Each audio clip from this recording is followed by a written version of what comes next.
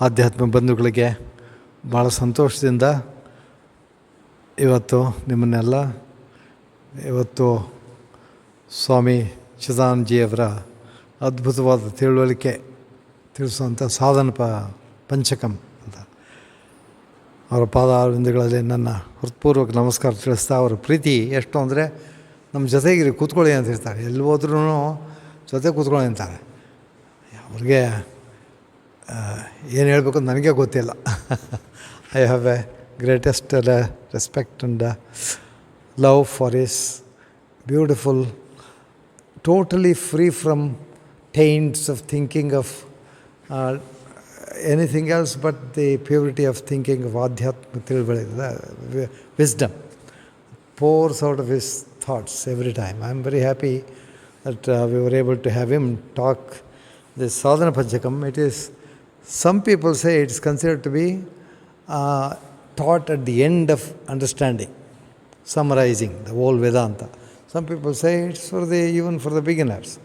ಸ್ವಾಮೀಜಿ ಅವರು 35-40 ವರ್ಷಗಳ ಅವರ ಒಡನಾಟದಲ್ಲಿ ಏನು ಬೇಕಾದರೂ the worst or most difficult complicated Mandukya Upanishad can be taught to youngsters who have not learned Vedanta, or the most learned Vedantic people also can understand, wow, Swamiji knows so many things different. When he talks about Shankara Bhashya and Bhagavad Gita, it's something very, even those who have read Bhagavad Gita would like to hear again, because he gives such a clarity in his Sanskrit language. Of course, he's a Sanskrit scholar, that's a wonderful gift. He taught us Taittiriya Upanishad chanting. He taught us Samskrita. First time I learned Samskrita in America, when we had 1 year Vedanta, 1 month ಧರ್ಮ Sevak course. So ಆವಾಗ 1 ತಿಂಗಳು ಅವ್ರ ಜೊತೆ ಇದ್ದದ್ದು ಭಾಳ ಸಂತೋಷ. I was both of us were very happy. ಆವಾಗಿಂದ ಅವ್ರ ಒಡನಾಟ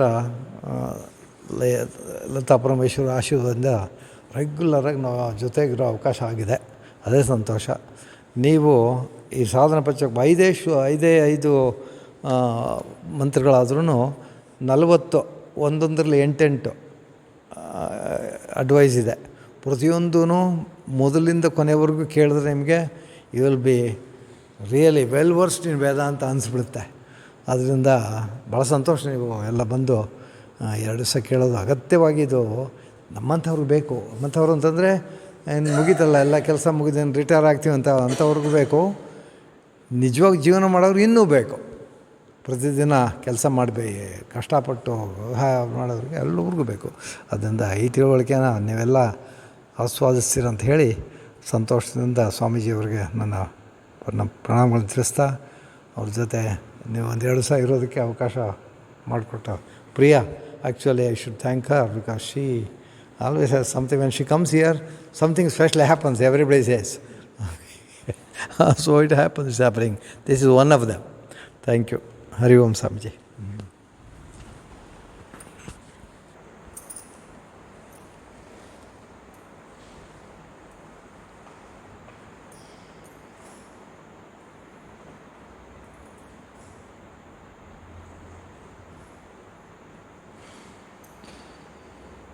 ಓಂ ಶ್ರೀ ಲಲಿತಾಂಬಿಕಾಯೈ ನಮಃ. ಓಂ ಶ್ರೀ ಗುರುಭ್ಯೋ ನಮಃ.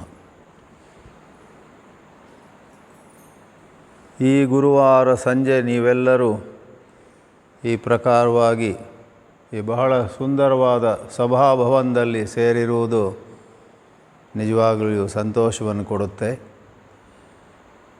ಈ ಒಂದು ಸುವರ್ಣಮುಖಿ ಸಂಸ್ಕೃತಿ ಧಾಮದಲ್ಲಿ ಬಲು ಚಂದವಾದ ಎಲ್ಲ ವ್ಯವಸ್ಥೆಗಳಿವೆ. ನಿಜವಾಗಿಯೂ ಇಂಥ ಒಂದು ಆಧ್ಯಾತ್ಮಿಕ ಶಿಬಿರದಲ್ಲಿ ಬಹಳ ಮಂದಿ ಭಾಗವಹಿಸಬೇಕು. ಆದರೆ ಕೊನೆಯದಾಗಿ ಇದೆಲ್ಲ ಶಿವನಿಚ್ಛೆ. ಏನು ಎಲ್ಲಿ ಆಗಬೇಕು ಅದೆಲ್ಲ ನಮ್ಮ ಕೈಯಲ್ಲಿಲ್ಲ. ಆದರೆ ಒಂದು ಮಾತ್ರ ಸತ್ಯ, ಡಾಕ್ಟರ್ ನಾಗರಾಜು ಅವರು, ಅವರ ಕುಟುಂಬ, ನೀವೆಲ್ಲರೂ ಈ ಆಶ್ರಮದ ಜೊತೆ ಸುಮಾರು ವರ್ಷಗಳಿಂದ ಸೇರಿಕೊಂಡಿರುವ ನೀವೆಲ್ಲರೂ ಕೂಡ ನಿಮ್ಮಿಂದ ಏನು ಆಗಬಹುದು ಅದೆಲ್ಲ ಮಾಡ್ತಾ ಇದ್ದೀರ.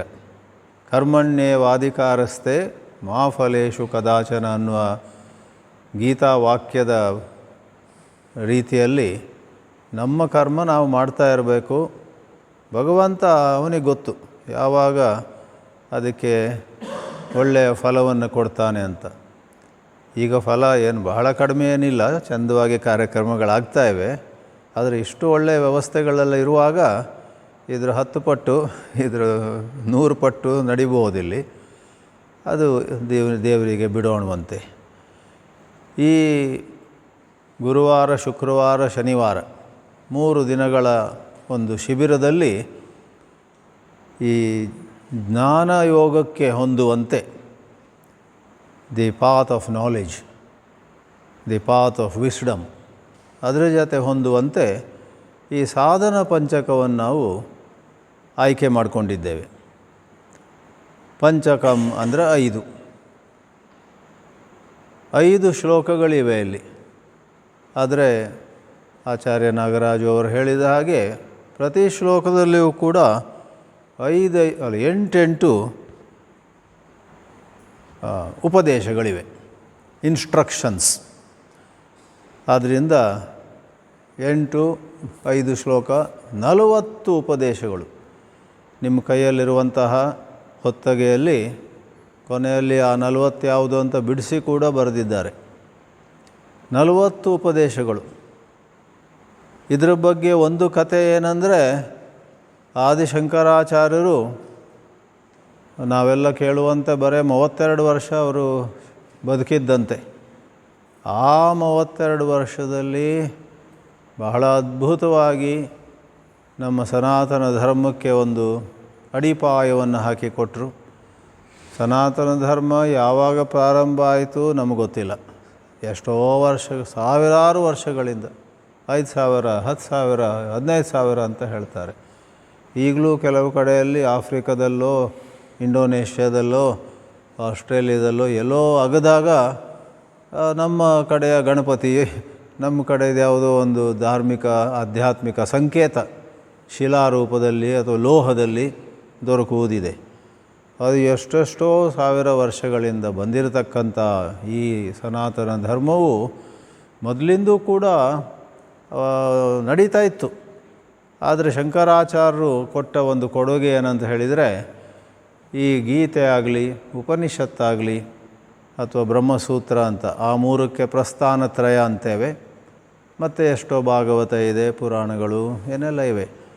ಈ ಎಲ್ಲ ಶಾಸ್ತ್ರಗಳಿಗೆ ಬಹಳ ಚಂದವಾಗಿ ಒಂದು ಅರ್ಥವನ್ನು ಕೊಟ್ಟು ಅವುಗಳಲ್ಲಿ ಏನೆಲ್ಲ ಸಂದೇಶಗಳಿವೆ ಆ ಸಂದೇಶಗಳನ್ನೆಲ್ಲ ಒಂದು ಪಿರಮಿಡ್ ಥರ ಜೋಡಿಸಿದರೆ ಅವುಗಳಲ್ಲಿ ಎಲ್ಲಕ್ಕಿಂತ ಮೇಲಿನ ಸಂದೇಶ, ಅದನ್ನು ಮೇಲಿನ ಸಂದೇಶ ಅನ್ನಿ, ಕೊನೆಯ ಸಂದೇಶ ಅನ್ನಿ, ಚರಮ ಸಂದೇಶ ಅದು ಏನು ಅನ್ನುವುದನ್ನೆಲ್ಲ ತೋರಿಸಿಕೊಟ್ರು. ಮುಖ್ಯವಾಗಿ ಅವರು ಹೇಳಿದರು, ನಮ್ಮ ಧರ್ಮದಲ್ಲಿ ನಮ್ಮ ಜೀವನದ ಬಗ್ಗೆ ಇರತಕ್ಕಂತಹ ಮಾರ್ಗದರ್ಶನದಲ್ಲಿ 100ಕ್ಕೆ 95 ನಮ್ಮ ನಡತೆ ಹೇಗೆ ಇರಬೇಕು, ಶೀಲ ಹೇಗಿರಬೇಕು, ನಮ್ಮ ಮನಸ್ಸು ಹೇಗಿರಬೇಕು, ನಾವು ಒಬ್ಬರು ಇನ್ನೊಬ್ಬರನ್ನು ಯಾವ ರೀತಿ ನೋಡಿಕೊಳ್ಬೇಕು ಇತ್ಯಾದಿ ಧರ್ಮ ವಿಚಾರ ಮತ್ತು ಮನಸ್ಸನ್ನು ಏಕಾಗ್ರಗೊಳಿಸಲಿಕ್ಕೆ. ಯಾಕಂದರೆ ಈ ಮನಸ್ಸು ಮಂಗನಂತೆ ಎಲ್ಲ ಕಡೆ ಓಡುತ್ತೆ ಮತ್ತು ಅದಕ್ಕೆ ಶುದ್ಧಿಯೂ ಇರೋದಿಲ್ಲ. ಕೆಲವರಿಗೆ ಏಕಾಗ್ರತೆ ಇರುತ್ತೆ. ಹಿಟ್ಲರಿಗೆ ಒಳ್ಳೆಯ ಏಕಾಗ್ರತೆ ಇತ್ತು. ಅವನೇನೋ ಒಂದು ಯೋಜನೆ ಮಾಡಿದ್ರೆ ಅದರ ಹಿಂದೆ ಹೋಗ್ತಾ ಇದ್ದ, ಆ ಕಡೆ ಈ ಕಡೆ ನೋಡ್ತಿರಲಿಲ್ಲ. ಆದರೆ ಅವನು ಚಿತ್ತ ಶುದ್ಧಿ ಇರಲಿಲ್ಲ. ಒಂದು ಇಡೀ ಜನಾಂಗವನ್ನೇ ಅವನು ಕೊನೆಗೊಳಿಸ್ಲಿಕ್ಕೆ ಹೊರಟ. ಇನ್ನು ಕೆಲವರಿಗೆ ಚಿತ್ತಶುದ್ಧಿ ಇರುತ್ತೆ. ಅಂದರೆ ಅವರು ಯಾರನ್ನು ನೋವು ಮಾಡಲಿಕ್ಕೆ, ಯಾರಿಗೆ ನೋವು ಪಡಿಸಲಿಕ್ಕೆ ಇಚ್ಛಿಸುವುದಿಲ್ಲ. ಆದರೆ ಅವರಿಗೆ ಏಕಾಗ್ರತೆ ಇರುವುದಿಲ್ಲ. ಒಳ್ಳೆಯ ಮನುಷ್ಯರು, ಆದರೆ ಇವತ್ತೊಂದು ಮಾಡೋಕ್ಕೆ ಹೋಗ್ತಾರೆ, ಅದು ಬಿಟ್ಟರು. ನಾಳೆ ಇನ್ನೊಂದು ಮಾಡೋಕ್ಕೆ ಹೋಗ್ತಾರೆ, ಅದು ಬಿಟ್ಟರು. ಒಂದು ಹಿಡ್ಕೊಳ್ಳಪ್ಪ ಅಂತ ಹೇಳಿದ್ರೆ ಕೇಳೋದಿಲ್ಲ. ನಮ್ಮ ಕುಟುಂಬದಲ್ಲೆಲ್ಲ ಇರ್ತಾರೆ. ಕೆಲವೊಮ್ಮೆ 4-5 ಜನ ಮಕ್ಕಳಲ್ಲಿ ಒಬ್ಬರು ಹಾಗಿರ್ತಾರೆ, ಭಾಳ ಪ್ರತಿಭೆ, ಆದರೆ ಒಂದು ಹಿಡ್ಕೊಂಡು ನಿಲ್ಲೋದಿಲ್ಲ. ಅವರಿಗೇನು ಹೇಳ್ತೇವೆ, ಒಳ್ಳೆಯ ಮನುಷ್ಯ, ಒಳ್ಳೆಯ ಹೆಂಗಸು, ಏಕಾಗ್ರತೆ ಇಲ್ಲ. ಆದ್ದರಿಂದ ಈ 100ಕ್ಕೆ 95 ಅಂತ ಹೇಳಿದ್ನಲ್ಲ, ಅಷ್ಟೊಂದು ನಮ್ಮ ಅಧ್ಯಾತ್ಮ ಸಾಹಿತ್ಯದ ಉಪದೇಶಗಳಲ್ಲಿ ಚಿತ್ತ ಶುದ್ಧಿ ಮತ್ತು ಚಿತ್ತ ಏಕಾಗ್ರತೆ, purity of mind and single pointedness ಅಥವಾ ಕಾನ್ಸಂಟ್ರೇಷನ್ ಅಂತ ಹೇಳಿ, ಇದೆರಡನ್ನು ಬೆಳೆಸಲಿಕ್ಕೆ ಬೇಕಾದಷ್ಟು ಮಾರ್ಗದರ್ಶನ, ಕಿವಿ ಮಾತು ಮತ್ತು ಕೆಲವು ಸಾಧನೆಗಳು ಕೂಡ. ಇಂತಿಂಥ ರೀತಿಯಲ್ಲಿ ಪೂಜೆ ಮಾಡಿ, ಇಂತಿಂಥ ರೀತಿಯಲ್ಲಿ ಜಪ ಮಾಡಿ, ಇಂತಿಂಥ ರೀತಿಯಲ್ಲಿ ಉಪಾಸನೆ ಮಾಡಿ, ಇಂಥ ಒಂದು ಸಂಕೇತವನ್ನು ಮನಸ್ಸಲ್ಲಿ ತಂದುಕೊಂಡು ಏಕಾಗ್ರತೆ ಬೆಳೆಸ್ಕೊಳ್ಳಿ. ಅಥವಾ ಈ ರೀತಿಯಲ್ಲಿ ದೇವರ ಪೂಜೆಯನ್ನು ಮಾಡಿ ಅಥವಾ ಲೋಕದ ಸೇವೆ ಮಾಡಿ, ಎರಡೂ ಕೂಡ ಕರ್ಮಯೋಗವೇ. ನಾವು ದೇವರನ್ನು ಪೂಜೆ ಮಾಡುತ್ತಾ ಮುಂದೆ ಮುಂದೆ ಮುಂದೆ ಹೋದ ಹಾಗೆ ಯಾವ ಲೌಕಿಕವನ್ನು ಕೇಳದೆ, ದೇವರೇ ಈ ಪೂಜೆಯಿಂದ ನನಗೆ ಮತ್ತೇನು ಬೇಡ, ನನಗೆ ನಿನ್ನ ಕಡೆ ಇನ್ನಷ್ಟು ಪ್ರೀತಿಯನ್ನು ಕೊಡು ಅಂತ ಆ ಮಟ್ಟಕ್ಕೆ ಕೂಡಲೇ ಬರಬೇಕಾಗಿಲ್ಲ, ಯಾರ ಮೇಲೆ ಒತ್ತಾಯ ಇಲ್ಲ. ಈ ಸಂದರ್ಭದಲ್ಲಿ ನಾನು ಯಾವಾಗಲೂ ಸ್ಪಷ್ಟೀಕರಿಸ್ತೇನೆ. ಯಾರೊಬ್ಬರು ನನ್ನನ್ನು ಕೇಳಿದರು, ನೀವು ನಿಮ್ಮ ಇದರಲ್ಲಿ ಪ್ರವಚನದಲ್ಲೆಲ್ಲ ನಿಷ್ಕಾಮ ಭಕ್ತಿಯ ಬಗ್ಗೆ ಮಾತಾಡ್ತೀರ. ನಿಷ್ಕಾಮ ಭಕ್ತಿ ಅಂದರೆ ದೇವರ ಹತ್ರ ಲೌಕಿಕವಾದದ್ದು, ಮೆಟೀರಿಯಲಿಸ್ಟಿಕ್ ಏನೂ ಕೇಳದೆ ಭಕ್ತಿಯನ್ನೇ ಕೊಡು, ನನಗೆ ಪ್ರೀತಿಯನ್ನೇ ಕೊಡು, ನಿನ್ನ ಚರಣಗಳಲ್ಲಿ ಒಲವನ್ನು ಕೊಡು ಅಂತ ಅದನ್ನೆಲ್ಲ ಮಾತಾಡ್ತೀರ. ನನಗೆ ಒಂದು ಒಳ್ಳೆ ಕಾರ್ ತಗೊಳ್ಬೇಕಂತ ಆಸೆ ಇದೆ, ಹಾಗಾಗಿ ದೇವ್ರ ಹತ್ರ ಕೇಳಬಾರ್ದಾ? ನಾನು ಹೇಳಿದೆ, ಅದು ನೋಡಿ ಸ್ವಲ್ಪ ವಿಚಾರ ಮಾಡಿ, ವಿಮರ್ಶೆ ಮಾಡಿ. ನಿಮ್ಮ ಹೃದಯದಲ್ಲಿ ಆ ಒಂದು ಒಳ್ಳೆ ಕಾರು 40 ಲಕ್ಷ 50 ಲಕ್ಷದ ಒಂದು ಕಾರ್ ತಗೊಳ್ಬೇಕಂತ ಮನಸ್ಸಿದ್ರೆ, ಅದು ನಿಮ್ಮ ಹೃದಯವನ್ನು ಬಿಡದಿದ್ದರೆ ಆಗ ಒಂದು ಮಾತು, ಯಾವ ಶಾಸ್ತ್ರವೂ ಕೂಡ ನಿಮಗೆ ದೇವ್ರ ಹತ್ರ ಅದು ಕೇಳಬೇಡಿ ಅಂತ ಹೇಳೋದಿಲ್ಲ. ದೇವ್ರ ಹತ್ರ ಕೇಳದೆ ಯಾವೊಬ್ಬ ಮನುಷ್ಯನ ಕೇಳ್ತೀಯ? ದೇವ್ರ ಹತ್ರ ಕೇಳದೆ ಯಾರೋ ಒಬ್ಬ ಸಾಮಾನ್ಯನನ್ನು ಕೇಳ್ತೀಯ? ಅಷ್ಟು ನಿನ್ನನ್ನು ಆಸೆ ಕಾಡುತ್ತಿದ್ದರೆ ದೇವರನ್ನೇ ಕೇಳಬೇಕು. ಒಂದು ಮಗು ಹಸಿವಾದಾಗ ಸುಮ್ಮನೆ ಅಮ್ಮನಿಗೆ ಯಾಕೆ ಕಷ್ಟ ಕೊಡೋದು, ನೆರ್ಮನೆಯವ್ರನ್ನ ಕೇಳೋಣ ಅಂತ ಇನ್ನೊಂದು ಮನೆಗೆ ಹೋಗುತ್ತಾ, ಪಕ್ಕದ ಮನೆ ಅಮ್ಮನ್ನ ಏನಾದರೂ ತಿನ್ನಲಿಕ್ಕಿದೆಯಾ ಅಂತ ಕೇಳುತ್ತಾ? ಹಾಗೆ ಕೇಳಿದರೆ ಆ ಮಗುವಿನ ಅಮ್ಮನಿಗೆ ಇಷ್ಟ ಆಗುತ್ತಾ, ಸಿಟ್ಟು ಬರುತ್ತಾ? ಯಾಕೋ ಅಲ್ಲಿ ಹೋಗಿ ಕೇಳ್ತಾ ಇದೆಯಾ, ನಾನಿಲ್ವಾ ಇಲ್ಲಿ ಅಂತ ತಾಯಿಯಾದವಳು ಹೇಗೆ ಬೈತಾಳೋ ಆ ರೀತಿಯಲ್ಲಿ ನಮ್ಮಲ್ಲಿ ಅಷ್ಟು ಸುಲಭವಾಗಿ ನಮ್ಮ ಪ್ರಾಪಂಚಿಕ ಆಸೆಗಳು ಹೋಗುವುದಿಲ್ಲ. ಪ್ರಾಪಂಚಿಕ ಆಸೆ ಅಂದರೆ ಕಾರು ಮತ್ತು ಬೇರೆ ಭೋಗಗಳು ಮಾತ್ರ ಅಲ್ಲ. ಕೆಲವೊಮ್ಮೆ ಒಬ್ಬ ಮಗ ಅಸ್ವಸ್ಥನಾಗಿರ್ತಾನೆ, ಅವನಿಗೆ ಆರೋಗ್ಯ ಬರಲಿ. ಇನ್ನೊಮ್ಮೆ ನಮ್ಮ ಮಗಳು ಒಬ್ಬಳು ತುಂಬ ಓದಿದ್ದಾಳೆ, ಅವಳಿಗೆ ಕೆಲಸ ಸಿಕ್ಕಲಿಲ್ಲ. ಆಗ ದೇವಸ್ಥಾನಕ್ಕೆ ಹೋಗಿ, ಶಿವ ನನ್ನ ಮಗಳಿಗೆ ಒಂದು ಒಳ್ಳೆ ಕೆಲಸ ಕೊಡಿಸಪ್ಪ, ಒಳ್ಳೆ ಓದಿದ್ದಾಳೆ, ಒಳ್ಳೆ ಮಾರ್ಕ್ಸ್ ಬಂದಿದೆ, ಡಿಗ್ರಿ ಎಲ್ಲ ಬಂದಿದೆ, ಯಾಕೆ ಒಳ್ಳೆ ಕೆಲಸ ಸಿಗ್ತಾ ಇಲ್ಲ ಅಂತ. ಅದು ಎಲ್ಲ ಪ್ರಾಪಂಚಿಕವೇ ಒಂದು ರೀತಿಯಲ್ಲಿ, ಅದರಲ್ಲಿ ಯಾವ ಅಧರ್ಮ ಇಲ್ಲ. ಯಾರೋ ಒಬ್ಬರಿಗೆ ಹಾನಿ ಆಗಲಿ, ಯಾರೋ ಒಬ್ಬರಿಗೆ ಕೇಡಾಗಲಿ, ಯಾರೋ ಒಬ್ಬರಿಗೆ ಬಿದ್ದು ಹಲ್ಮುರ್ಕೊಳ್ಳಿ ಅಂತ ಕೇಳ್ತಾ ಇಲ್ಲ. ಮಗನಿಗೆ, ಮಗಳಿಗೆ ಅಥವಾ ನಮಗಾಗಿ ಆರೋಗ್ಯ ಇತ್ಯಾದಿ ಕೇಳು ತಪ್ಪಿಲ್ಲ. ಅದಕ್ಕೋಸ್ಕರ ನಾನು ಹೇಳಿದೆ, ಇದು 100ಕ್ಕೆ 95 ಅಂಶ ಇರತಕ್ಕಂತಹ ಈ ಧರ್ಮದ, ಅಧ್ಯಾತ್ಮದ ಸಾವಿರಾರು ಉಪದೇಶಗಳಲ್ಲಿ ಬಹುಮಟ್ಟಿನ ಉಪದೇಶಗಳು ಧಾರ್ಮಿಕವಾಗಿ ಅಧರ್ಮದಿಂದ ದೂರ ಇದ್ದು ಪ್ರಾಮಾಣಿಕತೆಯಿಂದ ಬದುಕುವಂಥದ್ದು, ಪರಿಶ್ರಮದಿಂದ ಬದುಕುವಂಥದ್ದು, ನಮ್ಮಲ್ಲಿರುವ ಆಲಸ್ಯ, ನಮ್ಮಲ್ಲಿರುವ ಚಂಚಲತೆ, ನಮ್ಮಲ್ಲಿರುವಂತಹ ಹೇಳಿದ್ನಲ್ಲ ಮನವೆಂಬ ಮರ್ಕಟವು ಅದು ಏನೋ ಆಟ ಆಡುತ್ತೆ, ಅದನ್ನೆಲ್ಲ ಸ್ವಲ್ಪ ನಿಗ್ರಹಿಸ್ಕೊಂಡು ಒಬ್ಬ ಒಳ್ಳೆಯ ವ್ಯಕ್ತಿ ಆಗುವಂಥದ್ದು ಅದು ಬರುತ್ತೆ. ಹಾಗೆ ಮುಂದೆ ಮುಂದೆ ಮುಂದೆ ಹೋದ ಹಾಗೆ ನಮಗೇ ಗೊತ್ತಾಗುತ್ತೆ ಈ ಪ್ರಾಪಂಚಿಕ ಆಸೆಗಳನ್ನು. ಅದು ನಮಗೆ ಗೊತ್ತಾಗಬೇಕು, ಪುಸ್ತಕದಲ್ಲಿ ಹೇಳಿದ್ರೆ ಪ್ರಯೋಜನ ಇಲ್ಲ. ನಮಗೆ ಅದು ಗೊತ್ತಾಗುತ್ತೆ ಮುಂದೆ ಮುಂದೆ ಮುಂದೆ ಹೋದ ಹಾಗೆ. ಈ ಪ್ರಾಪಂಚಿಕ ಆಸೆಗಳು ನಮಗಾಗಿ ಆಗಲಿ ಅಥವಾ ನಮ್ಮ ಮಕ್ಕಳಿಗಾಗಲಿ ಮೊಮ್ಮಕ್ಕಳಿಗಾಗಿ ಕೇಳ್ಕೊಳ್ಳೋದಿದೆಯಲ್ಲ, ಅದಕ್ಕೆ ಕೊನೆ ಇಲ್ಲ. ಇನ್ನು ಅದಕ್ಕೆ ದಾಟಿ ಏನಿದೆ, ಅದೆಲ್ಲವನ್ನು ಮೀರಿ ಆವಾಗ ಬರುವಂಥದ್ದು ಮುಮುಕ್ಷುತ್ವ ಅಂತ. ನಮಗೆ ಮೋಕ್ಷ ಬೇಕು. ಮೋಕ್ಷ ಅಂದರೆ ಅದು ಇನ್ನೊಂದು ಪಲಾಯನ ಅಲ್ಲ, ಎಲ್ಲ ಬೇಡಪ್ಪ ಅಂತ ಓಡಿ ಹೋಗುವುದಲ್ಲ. ಆದರೆ ಮೋಕ್ಷ ಅಂತ ಹೇಳಿದರೆ ಬಹಳ ವ್ಯಾಪಕವಾದ ರೀತಿಯಲ್ಲಿ, in an expansive manner to understand the purpose of life. ಜೀವನವು ಸುತ್ತಿ ಬಳಸಿ ಕೊನೆಯಲ್ಲಿ ಏನು ಪಡೆಯಲಿಕ್ಕಿರುವಂಥದ್ದು, ಇವೆಲ್ಲವೂ ತನ್ನ ತನ್ನ ಸ್ಥಾನದಲ್ಲಿ ಸರಿಯೇ. ಒಳ್ಳೆ ಮನೆ ಇರಬೇಕು, ಹಿಂದಿಯಲ್ಲಿ ಹೇಳ್ತಾರಲ್ಲ, ರೋಟಿ ಕಪಡ ಅವ್ರ ಮಕಾನ್ ಅಂತ. ಉಣ್ಣಲಿಕ್ಕೆ ಊಟ ಬೇಕು, ಉಡಲಿಕ್ಕೆ ಬಟ್ಟೆ ಬೇಕು, ಮತ್ತು ಇರಲಿಕ್ಕೆ ಒಳ್ಳೆ ಮನೆ ಬೇಕು ಎನ್ನುವುದಾಗಿ. ನಮ್ಮೂರಲ್ಲಿ ನಮ್ಮಮ್ಮ ಹೇಳ್ತಾಯಿದ್ದು ಚಿಕ್ಕಂದಲ್ಲಿ, ತಂಬುಳಿ ಅಂತ ಮಾಡ್ತೀವಲ್ಲ ನಾವು ಮನೆಯಲ್ಲಿ, ಉಣ್ಣಲಿಕ್ಕೆ ತಂಬುಳಿ, ಹೊದೆಯಲಿಕ್ಕೆ ಕಂಬಳಿ, ಆಮೇಲೆ ಒಂದು ಇರಲಿಕ್ಕೆ ಉಂಬಳಿ ಅಂದರೆ ಒಂದಿಷ್ಟು ಜಾಗ, ಒಂದು ನಮ್ಮದೇ ಆದ ಜಮೀನು, ಅದು 60/40 ಅಥವಾ 30/40 ಇದ್ದರೂ ಸಾಕು. ನಮ್ಮದು ಒಂದು ಸಣ್ಣ ಜಾಗ ಇದ್ದರೆ ಅಲ್ಲಿ ಉಂಬಳಿ ಅಂತ ಕನ್ನಡದಲ್ಲಿ ಒಂದು ಶಬ್ದ ಇದೆ. ಉಣ್ಣಲಿಕ್ಕೆ ತಂಬಳಿ ಇದ್ದರೆ ಸಾಕು, ಹಾಕ್ಕೊಳ್ಳಿಕ್ಕೆ ಕಂಬಳಿ ಇದ್ದರೆ ಸಾಕು, ಮತ್ತು ಇರಲಿಕ್ಕೆ ಒಂದು ನಮ್ಮದೇ ಒಂದು ಉಂಬಳಿ ಇದ್ದರೆ ಸಾಕು ಅಂತ. ಹಿಂದಿಯಲ್ಲಿ ರೋಟಿ ಕಪಡ ಅವ್ರ ಮಕಾನ್ ಅದೆಲ್ಲ ಇದ್ದೇ ಇದೆ. ಅದೆಲ್ಲ ಇದ್ದ ನಂತರ ಕೊನೆಯಲ್ಲಿ ನಮ್ಮಲ್ಲಿ ಒಂದು ಮೂಲಭೂತವಾದಂತಹ ಆಳದಲ್ಲಿ ಪರಿವರ್ತನೆ ಆದಾಗ ಆಗ ಸಿಗುವಂತಹ ಆನಂದ ಅದು ನಿರಂತರವಾದದ್ದು, ಶಾಶ್ವತವಾದದ್ದು.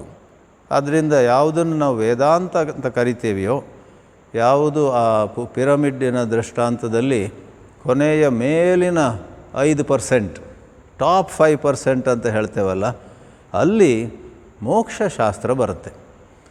ಮೋಕ್ಷಶಾಸ್ತ್ರ ಅಂದರೆ ಅದು ಈ ಪ್ರಾಪಂಚಿಕತೆಯನ್ನು ಬಿಟ್ಟು ಅಲ್ಲೆಲ್ಲೋ ದೂರ ಹೋಗುವುದಲ್ಲ. ಪ್ರಾಪಂಚಿಕತೆಯಲ್ಲೇ ಮತ್ತೆ ಮೇಲೆ ಹೋಗಿ, ಪ್ರಾಪಂಚಿಕತೆಯಲ್ಲೂ ನಾವು ಬಯಸುವುದೇನು? ಕಾರು ಬಯಸೋದಾಗಲಿ, ಮನೆ ಬಯಸೋದಾಗಲಿ, ಅದರಲ್ಲಿ ಬಯಸೋದು ಸುಖವನ್ನೇ.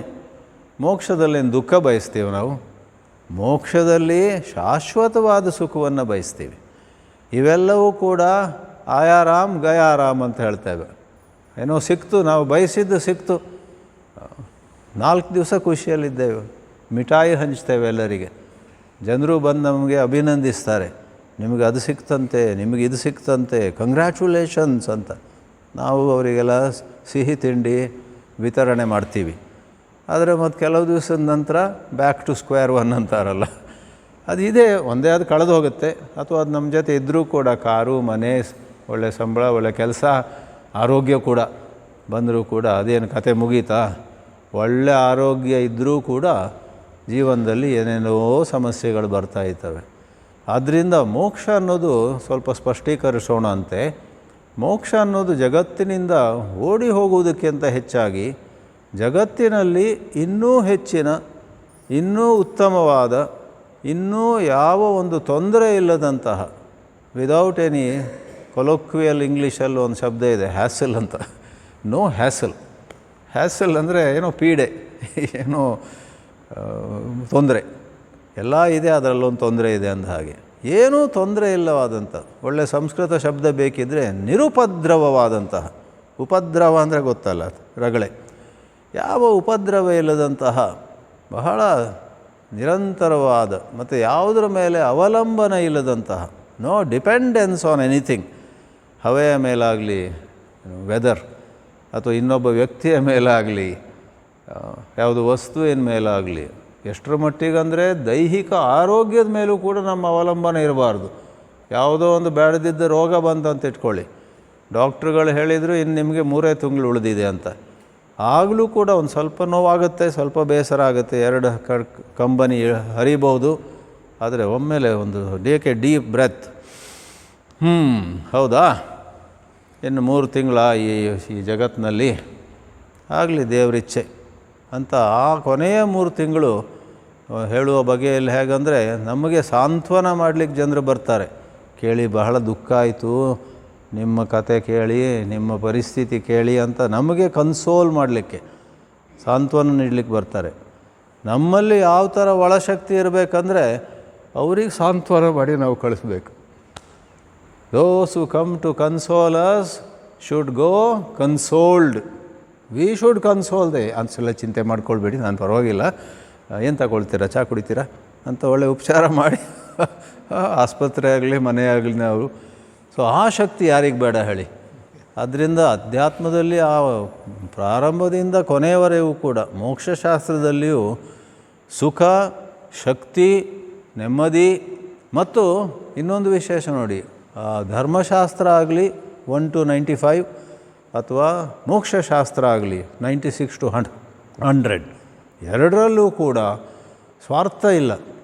ಎರಡರಲ್ಲಿಯೂ ನಾವು ಸುಖಿಯಾಗಿದ್ದು ಹೆಚ್ಚು ಮಂದಿಗೆ ನಮ್ಮಿಂದ ಕೂಡ ಸುಖ ಸಿಗುವ ಹಾಗೆ.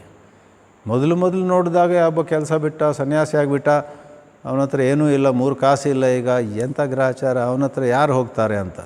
ಆದರೆ ನಿಜವಾಗಿ ಆತ ವಿರಕ್ತನಾಗಿದ್ದರೆ, ನಿಜವಾಗಿ ದೈವಭಕ್ತಿಯನ್ನು ಹೊಂದಿ, ನಿಜವಾಗಿ ಅವನಲ್ಲೊಂದು ಒಳಗಿನ ಪರಿವರ್ತನೆ ಆಗಿದ್ದರೆ, ಅವನಾಗಲಿ ಅವಳಾಗಲಿ, ಅವರಿಂದ ನಿಮಗೆ ಸಿಗಬೇಕಾದ ತುಂಬ ಇದೆ. ಅದಕ್ಕೆ ನೀವು ತಯಾರಿಲ್ಲ ಅಷ್ಟೇ.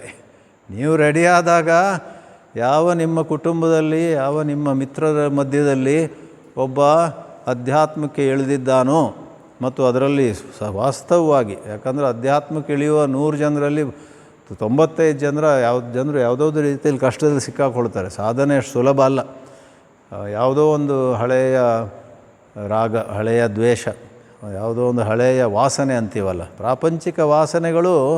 ನೀವು ಹಿಮಾಲಯಕ್ಕೂ ಹೋಗಿ ಯಾವ ಆಶ್ರಮ ಬೇಕಾದ್ರೆ ಸೇರಿ, ಯಾವ ಬಣ್ಣದ ಬಟ್ಟೆ ಬೇಕಾದ್ರೆ ಹಾಕ್ಕೊಳ್ಳಿ, ಜಪಮಾಲೆ ಹಾಕ್ಕೊಳ್ಳಿ, ಏನೋ ಯಾವ ದಂಡ ಬೇಕಾದ್ರೆ ಹಿಡ್ಕೊಳ್ಳಿ, ಅದು ಏನು ಹಿಡ್ಕೊಂಡ್ರೂ ಕೂಡ ಒಂದು ಕಡೆ ಬಹಳ ಸಿನ್ಸಿಯರ್ ಪ್ರಾಮಾಣಿಕವಾದ ಸಾಧನೆ ಬೇಕು, ಇನ್ನೊಂದು ಕಡೆ ಆ ಭಗವಂತನ ಅನುಗ್ರಹ ಬೇಕು. ಆದ್ದರಿಂದ ಈ ಥರ ನಾನು ಹೇಳೋದು, ಅವನು ನಿಜವಾಗಿ ಪರಿವರ್ತನೆಗೊಂಡಿದ್ದರೆ ಅವನಿಂದೇನು ಸಿಗುತ್ತೆ? ಏನೂ ಇಲ್ಲ ಅವನ ಕೈಯಲ್ಲಿ, ಊಟಕ್ಕೂ ಗತಿ ಇಲ್ಲ ಅಂತ ನೀವು ದೂರದಿಂದ ನೋಡ್ಬೋದು. ಆದರೆ ನಿಜವಾಗಿ ಆ ಪ್ರಕಾರ ಇನ್ನರ್ ಟ್ರಾನ್ಸ್ಫಾರ್ಮೇಷನ್ ಯಾರಲ್ಲಾಗಿದೆಯೋ ಅವ್ರ ಹತ್ರ ಹೋದಾಗ ನಿಮಗೆ ಬೇರೆ ಎಲ್ಲೂ ಸಿಗದಂಥ ಶಾಂತಿ ಸಿಗಲಿಕ್ಕೆ ಸಾಧ್ಯ ಇದೆ. ಅಂಥ ಒಂದು ಧರ್ಮವು ಮತ್ತು ಮೋಕ್ಷ ಎರಡೂ ಕೂಡ ಒಂದರ ನಂತರ ಒಂದು ಬರುವಂಥದ್ದು, ಎರಡು ಒಟ್ಟಿಗೆ ಅಷ್ಟು ಹೋಗುವುದಿಲ್ಲ. ನೀವು ಪ್ರಾರಂಭದಲ್ಲಿಯೇ ವೇದಾಂತ ಓದಬೇಡಿ ಅಂತ ಹೇಳೋದಿಲ್ಲ, ನಾವೆಲ್ಲ ಓದ್ತಾ ಇದ್ದೀವಲ್ಲ. ನಾವೆಲ್ಲ ಎಷ್ಟೋ ಮಟ್ಟಿಗೆ ಮುಖ್ಯವಾಗಿ ಧರ್ಮವನ್ನು ಪಾಲಿಸಬೇಕು, ಆ ಧರ್ಮ ಪಾಲಿಸುವ ಒಂದು ಮಟ್ಟದಲ್ಲಿದ್ದೀವಿ. ಆದರೂ ಕೂಡ ಅಲ್ಲಿ ಇಲ್ಲಿ ವೇದಾಂತ ಪ್ರವಚನ ಕೇಳ್ತೀವಿ, ಅಥವಾ ಪಾಠ ಮಾಡುವವರು ವೇದಾಂತ ಪಾಠ ಮಾಡ್ತಾರೆ. ವೇದಾಂತವನ್ನು ಕೇಳುವವರಾಗಲಿ ಅಥವಾ ಪಾಠ ಮಾಡುವವರಾಗಲಿ ಮೋಕ್ಷಕ್ಕೆ ಅರ್ಹರು ಅಂತ ನಾವೇನು ಹೇಳ್ತಾ ಇಲ್ಲ. ಮುಖ್ಯವಾಗಿ ನಮ್ಮಲ್ಲಿ ಪ್ರವಚನಕಾರರು ಮತ್ತು ಆಡಿಯನ್ಸ್, ಶ್ರೋತೃ ವೃಂದ ಅಂತೇವೆ. ಶ್ರೋತೃ ವೃಂದವೂ ಕೂಡ ಮುಖ್ಯವಾಗಿ ನಾವೆಲ್ಲರೂ ಧರ್ಮದಲ್ಲೇ ಇನ್ನಷ್ಟು ಪರಿಣತಿ, ಇನ್ನಷ್ಟು ಪರ್ಫೆಕ್ಷನ್, ಇನ್ನಷ್ಟು ಧರ್ಮದಲ್ಲಿ ಸತ್ಯ ಹೇಳುವುದೇ ಒಂದು ದೊಡ್ಡ ಸಾಧನೆ. ಸತ್ಯವನ್ನು ಹಿಡ್ಕೊಂಡ್ರೆ ಮತ್ತೆಲ್ಲ ಬರುತ್ತೆ ಅಂತ ಹೇಳ್ತಾರೆ. ಸತ್ಯ ಅನ್ನುವಂತಹ ಒಂದು ಮೌಲ್ಯವನ್ನು 100ಕ್ಕೆ 100 ಹಿಡಿಯುವುದು ಅಷ್ಟು ಸುಲಭ ಅಲ್ಲ. ಆಶ್ರಮದಲ್ಲಿದ್ದವರಿಗೂ ಕೂಡ ಏನೋದೋ ಕೆಲವು ಸವಾಲುಗಳು ಬರ್ತವೆ, ಏನೋನೋ ಒಳಗಿನ ಚಾಪಲ್ಯ ಅಂತೇವೆ, ಚಪಲತೆ ಬರುತ್ತೆ, ಏನೋ ಒಂದು ಆಸೆ ಬರುತ್ತೆ. ಅದರಿಂದ ನೀವೆಲ್ಲೇ ಹೋಗಲಿ, ಹೇಳಿದ್ದಲ್ಲ, ಹಿಮಾಲಯಕ್ಕೆ ಹೋದರೂ ಕೂಡ ಧರ್ಮ ನಾವು ಸಾಧಿಸಿದ್ದೀವಿ, ಈಗ ಬರೀ ನಮಗೆ ಮೋಕ್ಷ ಬೇಕಂತ ಹೇಳುವುದು ಅಷ್ಟು ಸುಲಭ ಇಲ್ಲ. ಆದರೂ ನಾವು ಎರಡನ್ನೂ ಒಂದು ರೀತಿಯಲ್ಲಿ ಒಟ್ಟಿಗೆ ತಗೊಂಡು ಹೋಗ್ತಿದ್ರು. ಒಂದಿಷ್ಟು ಸಮಯದವರೆಗೆ, ಒಂದಿಷ್ಟು ಮಟ್ಟದವರೆಗೆ, up to some stage our focus has to be on dharma. We must become pure persons. ನಿಸ್ವಾರ್ಥಿಗಳಾಗಬೇಕು. ನಿಸ್ವಾರ್ಥಿಗಳಾಗುವುದು ಅಷ್ಟು ಸುಲಭವಲ್ಲ. ಯಾರೋ ಒಬ್ಬ ಕೋಟಿಗಟ್ಟಲೆ ಆದಾಯ ಪಡೆದವನು ಏನೋ 1-2 ಕೋಟಿ ಸಮಾಜಕ್ಕೆ ಕೊಡ್ತಾನಂತ ಇಟ್ಕೊಳ್ಳಿ. ದೂರದಿಂದ ಹಬ್ಬ ಎಂಥ ದಾನಿ ಅಂತ ಅನಿಸ್ಬೋದು, ಆದರೆ ಆತ ತುಂಬ ಪಡೆದಿದ್ದಾನೆ ಅಲ್ವಾ. ಅದರಿಂದ ನಿಸ್ವಾರ್ಥ ನಿಜವಾಗಿ ಏನನ್ನೋದು ಅರ್ಥಕೊಳ್ಳಿಕ್ಕೆ ಬಹಳ ಆಲೋಚನೆ ಮಾಡಬೇಕಾಗತ್ತೆ. It's not easy. ಇರಲಿ, ಹೀಗೆ ಮುನ್ನುಡಿಯ ಪ್ರಕಾರ ಆ್ಯಸ್ ಎನ್ ಇಂಟ್ರೊಡಕ್ಷನ್ ಕೆಲವು ಮಾತುಗಳನ್ನು ಆಡಿದೆ. ಈ ಸಾಧನ ಪಂಚಕಂ, ಅದರ ಬಗ್ಗೆ ಒಂದು ಕಥೆ ಏನು ಅಂತ ಹೇಳಿದರೆ, ಶಂಕರಾಚಾರ್ಯರು ತಮ್ಮ ಜೀವನದಲ್ಲಿ ಭಾರತದ ಉದ್ದಗಲಗಳನ್ನೆಲ್ಲ ಅಡ್ಡಾಡಿ ಅಲ್ಲೆಲ್ಲ ಸಂಚರಿಸಿ ಎಷ್ಟೋ ಕಡೆ ಹೋಗಿ ಯಾರ್ಯಾರಿಗೆ ಸನಾತನ ಧರ್ಮದ ಬೋಧನೆಗಳ ಬಗ್ಗೆ ಸ್ಪಷ್ಟತೆ ಇರಲಿಲ್ಲವೋ, ಉದಾಹರಣೆಗೆ ಅವರ 4 ಶಿಷ್ಯರಲ್ಲಿ ಬಹಳ ಪ್ರಮುಖರಾದಂತಹ ಸುರೇಶ್ವರರು ಕೂಡ ಮೊದಲು ಮಂಡನ ಮಿಶ್ರ ಅಂತ ಹೆಸರಿನಿಂದ ಕರ್ಮಕಾಂಡಿಯಾಗಿದ್ದರು. ಕರ್ಮವನ್ನು ಬಿಟ್ಟು ಬೇರೆ ಏನಿಲ್ಲ ಅಂತ. ಏನು ಕರ್ಮ ಅಂದ್ರೇನು? ವೈದಿಕ ಕರ್ಮ. ಏನೋ ಹೋಮ ಹವನ ಯಜ್ಞ ಯಾಗ ಏನೆಲ್ಲ ಅವ್ರು ಓದ್ಕೊಂಡಿದ್ದರು, ಪ್ರಕಾಂಡ ಪಂಡಿತರಾಗಿದ್ದರು. ಅವರೇ ಇದನ್ನು ಬಿಟ್ಟು ಬೇರೆ ಏನಿಲ್ಲಪ್ಪ. ಉಪನಿಷತ್ತೆಲ್ಲ ಸುಮ್ಮನೆ ಫಿಲಾಸಫಿ, ಅದರಿಂದ ಆಗಬೇಕಾದ್ದೇನಿಲ್ಲ ಅಂತ ಭಾವಿಸಿದ್ರು ಅವರು. ಅವರ ಜೊತೆ ಕೆಲವಾರು ದಿನಗಳು ವಾದ ಆಯಿತು ಅಂತ ಕೇಳ್ತೇವೆ ನಾವು. ಆಮೇಲೆ ಅವರ ಹೆಂಡತಿ ಜೊತೆ ಕೂಡ ವಾದ ಆಯಿತು. ಆ ಹೆಂಡತಿ ಕೂಡ ತುಂಬ ತಿಳ್ಕೊಂಡಿದ್ಲಂತೆ. ಶಂಕರಾಚಾರ್ಯರು ಅವರೆಲ್ಲರ ಜೊತೆ ವಾದ ಮಾಡಿ ಒಂದು ಒಳ್ಳೆ ವ್ಯವಸ್ಥಿತ ರೀತಿಯಲ್ಲಿ ಕೆಲವು ನಿಯಮಗಳ ಪ್ರಕಾರ ವಾದ ಮಾಡಿ ಅವರಿಗೆ ಮನದಟ್ಟು ಮಾಡಿದರು. ಇಲ್ಲ, ಕರ್ಮವನ್ನು ನಾವು ತುಂಬ ಗೌರವಿಸ್ತೀವಿ, ಕರ್ಮದ ನಿಂದೆ ಹಾಗೇನಿಲ್ಲ, ಆದರೆ ಕರ್ಮವೇ ಅಂತಿಮ, ಅದಕ್ಕೆ ಬಿಟ್ಟು ಬೇರೆ ಇಲ್ಲ ಅಂತ. ಹೇಗೆ ಈಗಿನ ಕಾಲದಲ್ಲೂ ಕೂಡ ನಮ್ಮ ಮಕ್ಕಳು ಮೊಮ್ಮಕ್ಕಳು ಯಾರಾದರೂ ಬಹಳ ಒಳ್ಳೆಯ ಓದ್ಕೊಂಡು ಒಳ್ಳೆಯ ಕೆಲಸ ಪಡೆದು ಒಳ್ಳೆಯ ಕಡೆ ಇದ್ದಾರೆ, ಒಳ್ಳೆಯ ರೀತಿಯಲ್ಲಿ, ಆಮೇಲೆ ನಡತೆ ಕೂಡ ಚೆನ್ನಾಗಿದೆ, ಹೆಮ್ಮೆಯ ವಿಷಯ. ನಾವು ನನ್ನ ಮಗ ನನ್ನ ಮೊಮ್ಮಗಳು ಇಷ್ಟು ಚೆನ್ನಾಗಿದ್ದಾಳೆ ಅಂತ ಹೆಮ್ಮೆ ಪಡ್ತೀವಿ. ಆದರೆ ಕಾಲಕ್ರಮೇಣ ಅವರುಗಳು ಕೂಡ ಅದೆಲ್ಲ ಇದ್ದರೂ ಯಾವುದಾವುದೋ ರೀತಿಯಲ್ಲಿ ಸಂಘರ್ಷಕ್ಕೊಳಗಾಗ್ತಾರೆ. ಯಾವುದಾವುದೋ ರೀತಿಯಲ್ಲಿ ಒಳಗಿನ ಸಂಘರ್ಷ ಅಂದರೆ ಕಾನ್ಫ್ಲಿಕ್ಟ್. ಅವ್ರ ಕುಟುಂಬದಲ್ಲಿರ್ಬೋದು, ಅವರು ಹೇಳಲಿಕ್ಕಿಲ್ಲ, ಅವ್ರ ಆಫೀಸಲ್ಲಿ ಏನೋ ಇರುತ್ತೆ, ನಮಗೆ ಹೇಳಲಿಕ್ಕಿಲ್ಲ. ನಾವು ಅಪ್ಪ ಅಮ್ಮ ಆದವರು ಅಜ್ಜ ಅಜ್ಜಿ ಆದವರು ಹೋದರೆ ಅಷ್ಟು ಸುಲಭವಾಗಿ ಹೇಳಲ್ಲ. ಆದರೆ ಅವ್ರಿಗೆ ಸ್ಟ್ರೆಸ್ ಇರುತ್ತೆ. ಅಮೇರಿಕದಂಥ ದೇಶದಲ್ಲಿ ನಮ್ಮಲ್ಲೂ ಕೂಡ ಒಳ್ಳೆಯ ಸ್ಥಾನಮಾನ ಹೊಂದಿದವರು ಎಷ್ಟೋ ಜನರಿಗೆ ಮಾನಸಿಕ ಒತ್ತಡ ತುಂಬ ಇರುತ್ತೆ. ಆಮೇಲೆ ಬೇರೆ ಬೇರೆ ರೀತಿಯಾದಂತಹ ಒಳಗಿನ ಒಂದು ನಾನು ಸರಿ ಮಾಡಿದ್ನ ತಪ್ಪು ಮಾಡಿದ್ನ, ನಾನು ಇವರಿಗೆ ಕೊಡಬೇಕಾದದ್ದು ಕೊಟ್ಟನ, ಅವರಿಗೆ ಯಾರು ಅಯೋಗ್ಯರೋ ಅವರಿಗೆ ಹೆಚ್ಚು ಕೊಟ್ಬಿಟ್ನಾ ಇತ್ಯಾದಿಯಾಗಿ ಒಳಗಿನ ತುಮೂಲ ಅಂತೇವೆ. ತುಮೂಲ ಒಳಗಿನ ಒಂದು ಅಲ್ಲಿ ದೊಡ್ಡ ಗದ್ದಲ ಇರುತ್ತೆ ಒಳಗೆ. ಆದರೂ ಅಪ್ಪ ಅಮ್ಮ ಅಜ್ಜ ಅಜ್ಜಿ ಯಾರಾದ್ರು ಹೋದಾಗ ಪ್ರೀತಿಯಿಂದ ನೋಡ್ಕೊಳ್ಬೋದು. ನೀವು ಸೂಕ್ಷ್ಮವಾಗಿ ಗಮನಿಸಿದ್ರೆ ಗೊತ್ತಾಗುತ್ತೆ. ಇವನು ಭಾಳ ಒಳ್ಳೆಯವನು, ಆದರೆ ಇತ್ತೀಚೆಗೆ ಅಷ್ಟೊಂದು ಶಾಂತಿ ಮತ್ತು ಅವನ ಮುಖದಲ್ಲಿ ಕಾಂತಿ ಇಲ್ಲ, ಏನೋ ಅವನನ್ನು ಕಾಡ್ತಾ ಇದೆ ಅಂತ ಅನಿಸುತ್ತೆ ನೋಡಿ. ಅಂಥ ಸಂದರ್ಭದಲ್ಲಿ ಶಂಕರಾಚಾರ್ಯರು ಎಲ್ಲ ಕಡೆ ಹೋಗಿ ಸ್ಪಷ್ಟೀಕರಿಸಿದರು. ನಿಮಗೆ ಆ ರೀತಿಯಾಗಿ ಎಲ್ಲ ಸಂಘರ್ಷಗಳು, ಎಲ್ಲ ರೀತಿಯ ಭಯ, ಎಲ್ಲ ರೀತಿಯ ಚಿಂತೆ ಅವೆಲ್ಲವೂ ದೂರ ಆಗಬೇಕಂದ್ರೆ ಕರ್ಮದಿಂದ ಆಗೋದಿಲ್ಲ. ಕರ್ಮದಲ್ಲಿ ದೊರಕುವಂಥದ್ದು ಅದ್ಭುತವಾಗಿರ್ಬೋದು, ಆದರೆ ಅದು ಕಾಲಕ್ರಮೇಣ ನಶಿಸಿ ಹೋಗುತ್ತೆ. ಕರ್ಮ ಅನ್ನುವುದೇ ಅಲ್ಪ. ಸಂಸ್ಕೃತದಲ್ಲಿ ಅಲ್ಪ ಮತ್ತು ಅನಂತ ಎರಡು ಶಬ್ದ ಇದೆ. ಅಲ್ಪ ಅಂದರೆ ಇಂಗ್ಲೀಷ್ನಲ್ಲಿ ಅದಕ್ಕೆ ಫೈನೈಟ್ ಅಂತೇವೆ, ಅನಂತ ಅಂದರೆ ಇನ್ಫಿನಿಟ್. ಅಲ್ಪ ಮತ್ತು ಅನಂತ. ಕರ್ಮ ಸ್ವತಃ ಕೂಡ ಅಲ್ಪ. ಯಾರೋ ಒಬ್ಬ 5-6 ವರ್ಷ ಪರಿಶ್ರಮ ಪಟ್ಟ, 5-6 ವರ್ಷ ಯಾವ ಲೆಕ್ಕಕ್ಕೆ, 100 ವರ್ಷಕ್ಕೆ 1000 ವರ್ಷಕ್ಕೆ ಹೋಲಿಸಿದರೆ ಅಲ್ಪವೇ ಅದು. ಅಲ್ಪ ಅನ್ನುವಂಥದ್ದು ಕರ್ಮದ ಲಕ್ಷಣ. ಅಲ್ಪದಿಂದ ಅನಂತ ಸಿಗೋದು ಸಾಧ್ಯ ಇಲ್ಲ ಅಂತ ನಮ್ಮ ಸಿದ್ಧಾಂತ. ವೇದಾಂತದಲ್ಲಿ ಅಲ್ಪದಿಂದ ಅನಂತವನ್ನು ಪಡೆಯಲಿಕ್ಕೆ ಸಾಧ್ಯ ಇಲ್ಲ. ನಾನು ಅಲ್ಪವನ್ನು ಒಂದರ ನಂತರ ಮತ್ತೊಂದು, ಮತ್ತೊಂದರಿಂದ ಮತ್ತೊಂದು, ಮತ್ತೊಂದರ ನಂತರ ಮತ್ತೊಂದು ಜೋಡಿಸ್ತಾ ಹೋಗ್ತೀನಂತ. ಸಾವಿರಾರು ಅಲ್ಪಗಳನ್ನು ಒಟ್ಟು ಸೇರಿಸಿ, ಅದು ಅಲ್ಪ ಪ್ಲಸ್ ಅಲ್ಪ ಪ್ಲಸ್ ಅಲ್ಪ ಪ್ಲಸ್ ಅಲ್ಪ ಅಲ್ಪ ಅಲ್ಪ ಎಲ್ಲ ಸೇರಿಸಿ ಎಲ್ಲ ಕೂಡಿಸಿದರೂ ಕೂಡ ಅದು ಅಲ್ಪವೇ. It cannot sum up. ಅದೆಲ್ಲ ಸೇರಿ ಒಟ್ಟು ಸೇರಿ ಇನ್ಫಿನಿಟಿ ಆಗಲಿಕ್ಕೆ ಸಾಧ್ಯ ಇಲ್ಲ. ಆದ್ದರಿಂದ ಇನ್ಫಿನಿಟಿ, ಅನಂತತೆ ಯಾವುದರಿಂದ ದೊರಕುತ್ತೆ ಅನ್ನೋದನ್ನು ಅವರು ಉಪನಿಷತ್ತುಗಳಲ್ಲೂ ಎಲ್ಲ ಮಂತ್ರಗಳು ಅನಂತದ ಬಗ್ಗೆ ಮಾತಾಡುವುದಿಲ್ಲ. ಈಗ ಸತ್ಯಂ ವದ ಧರ್ಮಂ ಚರ ಇದೆ, ಅದು ಮಾರಲ್, ನೈತಿಕವಾದ ಉಪದೇಶ. ಅದು ಮೋಕ್ಷದ ಕಡೆ ಒಂದು ಸಣ್ಣ ಹೆಜ್ಜೆ ಇರ್ಬೋದು. ಆದರೆ ಅದೇ ರೀತಿಯಲ್ಲಿ ಉಪನಿಷತ್ತುಗಳಲ್ಲೂ ಹಲವಾರು ಮಂತ್ರಗಳು ಕರ್ಮದ ಬಗ್ಗೆ ಇವೆ. ಉಪನಿಷತ್ತುಗಳಲ್ಲಿಯೂ ಮುಂಡಕೋಪನಿಷತ್ನಲ್ಲಿ ಹೋಮ ಹವನ ಮಾಡಿದಾಗ ಸ್ವರ್ಗ ಸಿಕ್ಕುವುದು ನಿಶ್ಚಿತ ಅಂತ ಹೇಳಿಬಿಟ್ಟು ಒಂದು ಖಂಡ ಮುಂಡಕೋಪನಿಷತ್ನಲ್ಲಿ ಕರ್ಮವನ್ನು ಎಷ್ಟು ಹೊಗಳುತ್ತಂದರೆ ಅಲ್ಲಿಗೆ ಓದಿ ನಿಲ್ಲಿಸಿಬಿಟ್ರೆ ಇದೇ ಉಪನಿಷತ್ತಿನ ಕೊನೆಯ ಸಂದೇಶ ಅಂತ ಭಾವಿಸ್ಬೋದು ನೀವು. ಆದರೆ ಅದರ ಮುಂದಿನ ಖಂಡದಲ್ಲಿ ಒಂದು 6 ಖಂಡಗಳಿವೆ ಅಲ್ಲಿ. ಆ ಮುಂದಿನ ಖಂಡದಲ್ಲಿ ಇಷ್ಟೆಲ್ಲ ನಾವು ಹೊಗಳಿದ್ದೇವಲ್ಲ ಕರ್ಮವನ್ನು, ಕೆಲಸವನ್ನು, ಅದು ಸುತ್ತಿ ಬಳಸಿ ನೋಡಿದರೆ ಅಲ್ಪವೇ. ಅದು ಎಂದೆಂದಿಗೂ ನಿಮ್ಮ ಜೊತೆ ಇರೋದಿಲ್ಲ. ಅದರ ಫಲ ಬರುತ್ತೆ ಹೋಗುತ್ತೆ. ಆದ್ದರಿಂದ ಅನಂತವನ್ನು ನಾವು ಹುಡುಕಬೇಕು ಅಂತ ಮಾತು ಬರುತ್ತೆ. ಉಪನಿಷತ್ನಲ್ಲಿಯೂ ಕೂಡ ಎಷ್ಟೋ ಈಗ ಮೋಟಿವೇಶನಲ್ ಲಿಟ್ರೇಚರ್ ಅಂತೇವೆ, ಅಂದರೆ ಪ್ರೇರಣಾತ್ಮಕವಾದ ಮಾತುಗಳು. ಎದ್ದೇಳಿ, ನಡೆಯಿರಿ, ಗುರಿ ಮುಟ್ಟುವವರೆಗೆ ನಿಲ್ಲಬೇಡಿ ಅಂತ ಪ್ರೇರಣಾತ್ಮಕವಾದ. ಅದರಲ್ಲೇನು ಬ್ರಹ್ಮಜ್ಞಾನ ಇಲ್ಲ.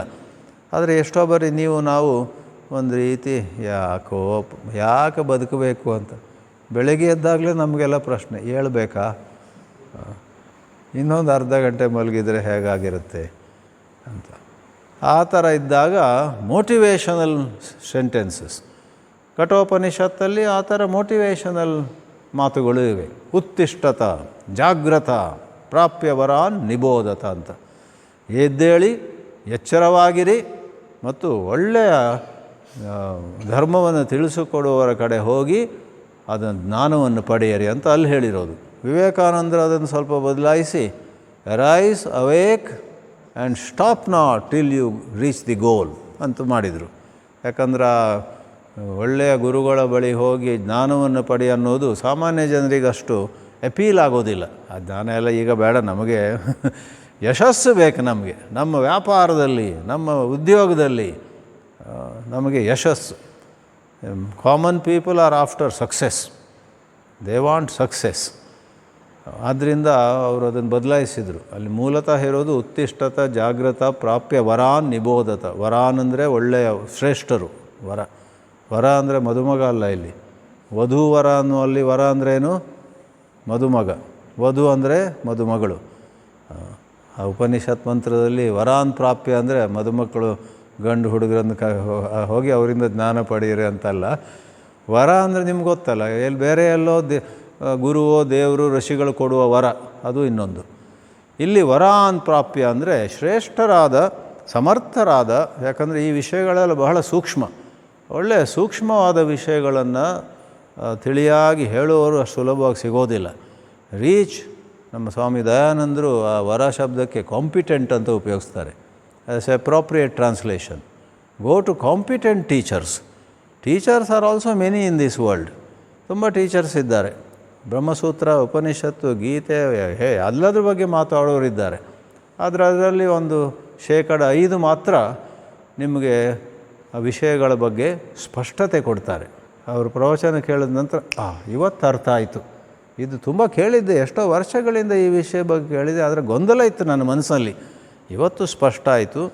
ಆಮೇಲೆ ಇವತ್ತು ನನ್ನ ಕರ್ತವ್ಯವೇನು, ನಾನು ಯಾವ ಮಟ್ಟದಲ್ಲಿದ್ದೇನೆ, ನನ್ನ ಸ್ವಧರ್ಮ ಏನು, ನಾನು ಏನೇನು ಮಾಡಬೇಕು, ಏನನ್ನು ಬಿಡಬೇಕು. ಯಾಕಂದರೆ ಇದೆಲ್ಲ ಜೀವನದಲ್ಲಿ ಬರ್ತಕ್ಕಂಥ ಪ್ರಶ್ನೆಗಳು, ಮಾಡಬೇಕಾ ಬಿಡಬೇಕಾ ಅಂತ. ಆ ಥರ ಒಂದು ವರಾನ್ ಪ್ರಾಪ್ಯವರ ನಿಬೋಧತ ಅಂತೆಲ್ಲ ಇದೆ. ಆದರೆ ಉಪನಿಷತ್ತಿನ ಮುಖ್ಯ ಸಂದೇಶ, ಸಾಧನ ಪಂಚಕಮ್ಮ ಉಪನಿಷತ್ತಿನ ಸಂದೇಶಗಳನ್ನು ಒಟ್ಟು ತಗೊಂಬಂದಿದೆ. ಇಲ್ಲೂ ಕೂಡ ಕೆಲವುದು ಪ್ರೇರಣಾರ್ಥಕ, ಮೋಟಿವೇಶನಲ್ ಇದೆ. ಆ ರೀತಿ ನೋಡಿದ್ರೆ it's A very balanced work, ಒಳ್ಳೆ ಸಮತೋಲನ ಇರತಕ್ಕಂತಹ ಒಂದು ಗ್ರಂಥ. ಉಪನಿಷತ್ತಿನಲ್ಲಿ ಆ ಒಂದು ಮತ್ತು ಮುಂದಿನ ಹೆಜ್ಜೆ ಉಪನಿಷತ್ತಲ್ಲಿ ಅದೂ ಇದೆ ಮತ್ತು ಪ್ರೇರಣಾರ್ಥಕ್ಕೂ ಇದೆ. ಅಂದರೆ ಉಪನಿಷತ್ತು ಕೂಡ ಧರ್ಮ ಮತ್ತು ಮೋಕ್ಷ ಎರಡನ್ನೂ ಎತ್ಕೊಳ್ಳುತ್ತೆ. ಆ ಬಗ್ಗೆ ಹೇಳಲಾಗ್ತದೆ.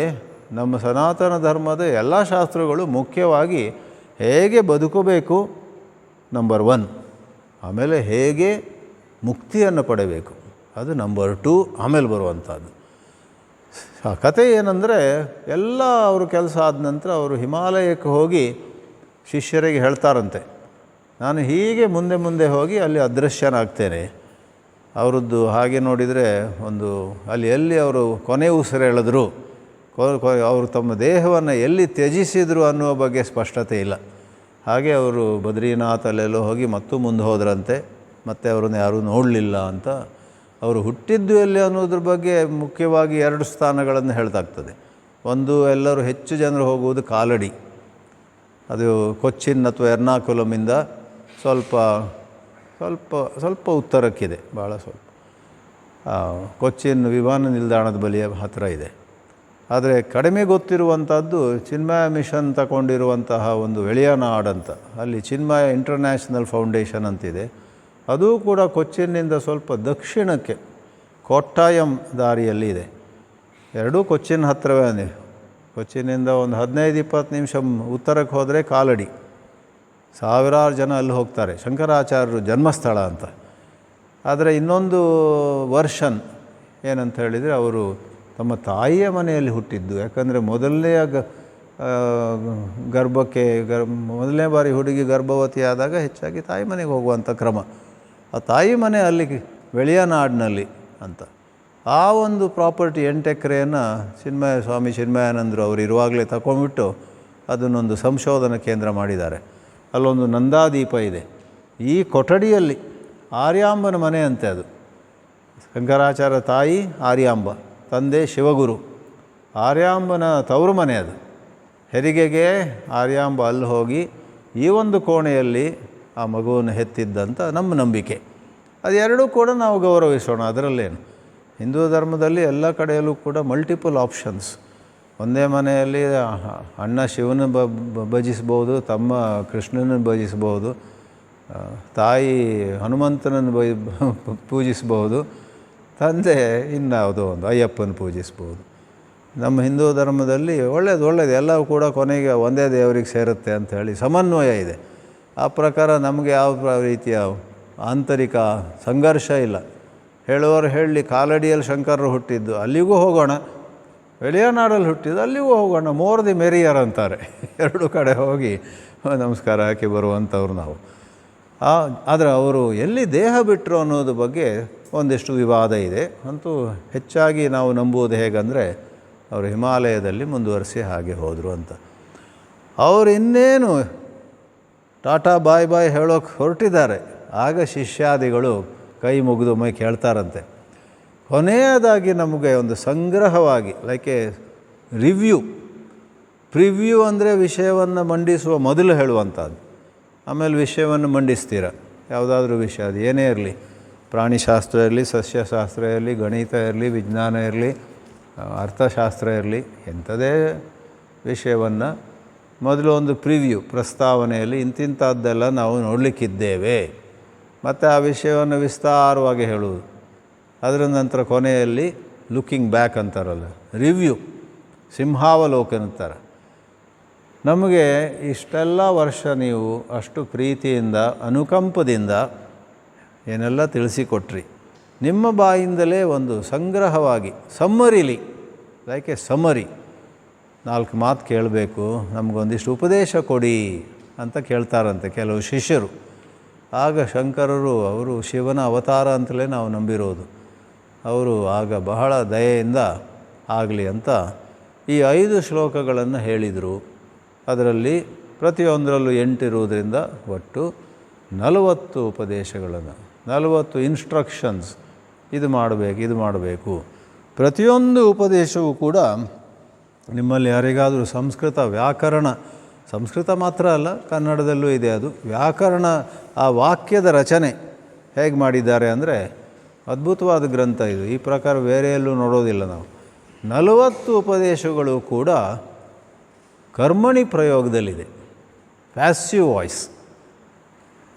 ಒಂದು ಮಗುವಿಗೆ, ಮಗು ಬಾಯಲ್ಲಿ ಹಾಲು ಕುಡಿ ಅಂತ ಹೇಳಿದ್ರೆ ಅದು ಆ್ಯಕ್ಟಿವ್ ವಾಯ್ಸ್, ಕರ್ತರಿ ಪ್ರಯೋಗ. ಕತ್ತರಿ ಪ್ರಯೋಗ ಅಲ್ಲ, ಕರ್ತರಿ ಪ್ರಯೋಗ. ಮಗು ಹಾಲು ಕುಡಿ, ಅದು ಬಿಟ್ಕೊಂಡು ಮಗು ನಿನ್ನಿಂದ ಹಾಲು ಕುಡಿಯಲ್ಪಡಲಿ, ಹೋಗು ಶಾಲೆಗೆ ಹೋಗು ಅನ್ನೋ ಬದಲು, ನೋಡಪ್ಪ ಸಮಯ ಆಯಿತು, ಈಗ ಶಾಲೆಗೆ ಹೋಗಲ್ಪಡಲಿ, ನೀನು ಶಾಲೆಗೆ ಹೋಗುವುದಾಗಲಿ ಅಂತ ಒಂದು ರೀತಿ ನಿನ್ನಿಂದ. Active voice, passive voice. ಇಲ್ಲಿ 40 ಉಪದೇಶಗಳು ಕೂಡ ಪ್ಯಾಸಿವ್ ವಾಯ್ಸ್, ಅದು ಕರ್ಮಣಿ ಪ್ರಯೋಗ. ಅಥವಾ ಸಂಸ್ಕೃತದಲ್ಲಿ ಅಕರ್ಮಕ ಧಾತುಗಳಿಗೂ ಕೂಡ ಆ ರಚನೆ ಬೇರೆ ಆಗೋದು ಸಾಧ್ಯ ಇದೆ. ಬೇರೆ ಭಾಷೆಗಳಲ್ಲಿ ಕಷ್ಟ.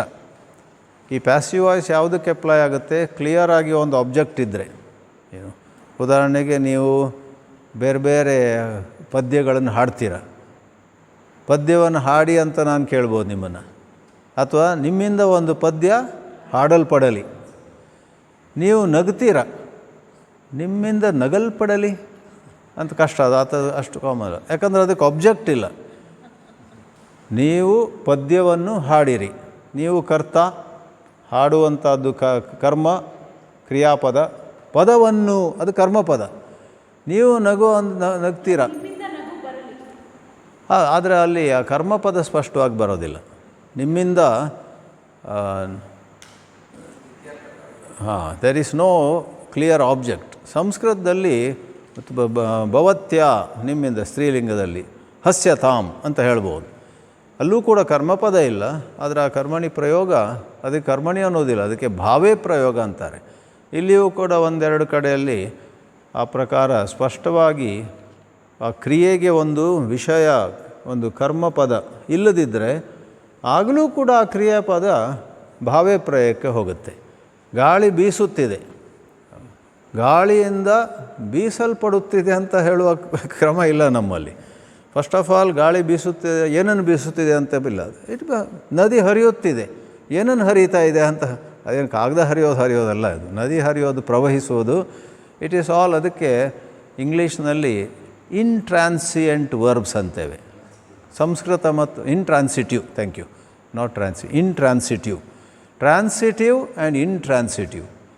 ಕನ್ನಡ ಮತ್ತು ಸಂಸ್ಕೃತದಲ್ಲೆಲ್ಲ, ಬಹುಶಃ ಹಿಂದಿಯಲ್ಲೂ ಕೂಡ ಸಕರ್ಮಕ, ಅಕರ್ಮಕ ಧಾತುಗಳು, ಕ್ರಿಯಾಪದದ ಧಾತುಗಳು. ಸಂಸ್ಕೃತದಲ್ಲಿ ಅಕರ್ಮಕ ಧಾತುಗಳಿಗೂ ಕೂಡ ಭಾವೇ ಪ್ರಯೋಗ ಅಂತಿದೆ. ಆಗ ಮತ್ತೇನಲ್ಲ, ಆ ರೀತಿ ಭಾವೇ ಪ್ರಯೋಗದಲ್ಲಿ ಕರ್ಮಣಿ ಪ್ರಯೋಗದಲ್ಲಿ ಹಾಕಿದರೆ ಏನು ಉಪಯೋಗ, ಏನು ಪ್ರಯೋಜನ ಅಂದರೆ, ಆಗ ಕೆಲವೊಮ್ಮೆ ಆ ವಾಕ್ಯ ರಚನೆಯಲ್ಲಿ ಹೆಚ್ಚಿನ ಸೊಬಗಿರುತ್ತೆ. There is some charm sometimes. ನಾನೊಂದು 10 ವರ್ಷ ಕಾಶಿಯಲ್ಲಿದ್ದೆ. ಅಲ್ಲಿ ಸ್ವಲ್ಪ ಹಿಂದಿ ಚೆನ್ನಾಗಿ ಮಾತಾಡೋದ್ನಲ್ಲಿ ಕೇಳಿ ನಮ್ಮ ಹಿಂದಿಯು ಸ್ವಲ್ಪ ಸುಧಾರಿಸ್ತು. ಅವರು ಮೀಟಿಂಗ್ ನಡೀತಾ ಇದೆ, ಮಧ್ಯದಲ್ಲಿ ಪ್ರಿನ್ಸಿಪಲ್ ಯಾರೋ ಮೀಟಿಂಗ್ ಹೆಡ್ ಮಾಡುವವರು, ಒಂದು 10 ಜನ ಇದ್ದೇವೆ ನಾವೆಲ್ಲ. ಪ್ರಿನ್ಸಿಪಲ್ ಅವರು ಸೇವಕರಿಗೆ ಹೇಳ್ತಾರೆ, ಸ್ಟ್ರೈಟ್ ಕರ್ತರಿ ಪ್ರಯೋಗದಲ್ಲಿ ಇನ್ ಸಬ್ ಕೆ ಲಿಯೆ ಚಾಯ್ ಲೇ ಆವೋ, ಚಾಯ್ ಪಿಲಾವೋ, ಕುಡಿಸಿ, ಚಾ ಕುಡಿಸಿ ಅಂತ. ಆದರೆ ಅದು ಇನ್ನೂ ಕರ್ಮಣಿ ಪ್ರಯೋಗಕ್ಕೆ ಹೋದರೆ ಸಬ್ ಕೆ ಲಿಯೆ ಚಾಯ್ ಪಿಲಾಯ ಜಾಯ್, ಚಾಯ್ ಪಿಲಾಯ ಜಾಯ್ ಅಂದರೆ ಏನರ್ಥ, ಅದು ಎಲ್ಲರಿಗೂ ಕಾಫಿ ಕುಡಿಸಲಾಗಲಿ, ಚಾ ಕುಡಿಸಲಾಗಲಿ ಅಂತ.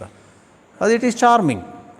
ಭಾಷೆಯಲ್ಲಿ ವೈವಿಧ್ಯ ಹಾಗೆ, ಭಾಷೆಗೆ ನಾವು ಹೆಚ್ಚು ಹೋಗೋದು ಬೇಡ. ಭಾಷೆಯಲ್ಲಿ ಹೆಚ್ಚೆಚ್ಚು ವೈವಿಧ್ಯ ಇದ್ದ ಹಾಗೆ ಒಂದನ್ನು ಹಲವಾರು ಬಗೆಯಲ್ಲಿ ಬೇರೆ ಬೇರೆ ರೀತಿಯಲ್ಲಿ ಹೇಳುವ ಒಂದು ಸಂಭಾವನೆ ಇಲ್ಲ, ಕನ್ನಡದಲ್ಲಿ ಸಾಧ್ಯತೆ ಅಂತೀವಿ. ಹಿಂದಿಯಲ್ಲಿ ಸಂಭಾವನೆ ಅಂದರೆ ಪಾಸಿಬಿಲಿಟಿ, ಕನ್ನಡದಲ್ಲಿ ಸಾಧ್ಯತೆ. ಒಂದು ವಿಷಯವನ್ನು ಬೇರೆ ಬೇರೆ ರೀತಿಯಲ್ಲಿ ಹೇಳುವಾಗ ಅದು ಕೆಲವು ಕಡೆ ಈ ರೀತಿ ಹೇಳಿದರೆ ಅದರ ಸೊಬಗು ಹೆಚ್ಚು, ಕೆಲವು ಸರಿ ಆ ರೀತಿ ಹೇಳಿದರೆ ಅದರ ಸೌಂದರ್ಯ ಹೆಚ್ಚು. ಆದ್ದರಿಂದ ಈ ಕರ್ಮಣಿ ಪ್ರಯೋಗ, ಭಾವೇ ಪ್ರಯೋಗ ಎಲ್ಲ ಸಾಹಿತ್ಯದ ಅಡಿ ಬರ್ತವೆ. ಹಾಗೆ ಹೇಳಿದಾಗ ಅದು ಒಂದು ರೀತಿ ಅದರ ಸುಂದರತೆ ಮತ್ತು ಅದರ ಪರಿಣಾಮಕಾರಿತ್ವ ಹೆಚ್ಚು ಪರಿಣಾಮಕಾರಿಯಾಗುತ್ತೆ.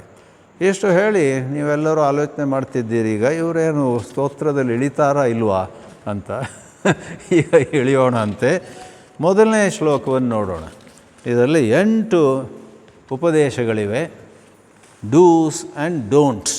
ಉಪದೇಶ ಅಂದರೆ ಇದು ಮಾಡು ಅಥವಾ ಇನ್ನೊಂದ್ರ ಬಗ್ಗೆ ಇದು ಮಾಡಬೇಡ. ಡೂಸ್ ಆ್ಯಂಡ್ ಡೋಂಟ್ಸ್ ಎರಡೂ ಇದೆ. ನೋಡೋಣ, ಇದನ್ನು ಆಡೋಣ. ಇಲ್ಲಿ ಇನ್ನೊಮ್ಮೆ ಚೆಕ್ ಮಾಡ್ತೀನಿ. 2, 4, 5, 8, 4, 12. ಹೌದು, ಇದು ಶಾರ್ದೂಲ ವಿಕ್ರೀಡಿತ ಅಂತೇವೆ ಇದಕ್ಕೆ. 12 ಮತ್ತು 7 ಉಚ್ಚಾರಾಂಶ, ಸಿಲೆಬಲ್ಸ್ ಅಂತೀವಿ ಇದಕ್ಕೆ. ಪ್ರತಿ ಪಾದದಲ್ಲಿ 19 ಉಚ್ಚಾರಾಂಶ, ಉಚ್ಚಾರದ ಅಂಶಗಳು, ಸಿಲೆಬಲ್ಸ್, ನಾಟ್ ಲೆಟರ್ಸ್. ಲೆಟರ್ಸ್ ಅಂದರೆ ವ್ಯಂಜನ ಮತ್ತು ಸ್ವರ ಅದೆಲ್ಲ ಅಲ್ಲಿ ಇದೆ. ಉಚ್ಚಾರಾಂಶ ಅಂತ ಅಷ್ಟು ವ್ಯಾಕರಣಕ್ಕೆ ಇಳಿಯೋದು ಬೇಡ. ಸಿಲೆಬಲ್ಸ್.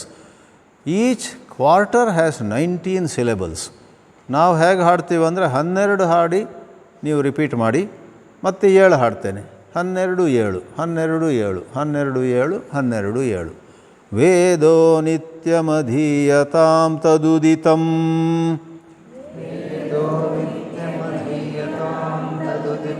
ಕರ್ಮಸ್ವನುಷ್ಠೀಯತಾಂ ತೇನೇಶಸ್ಯ ವಿಧೀಯತಾಮಪಚಿತಿಃ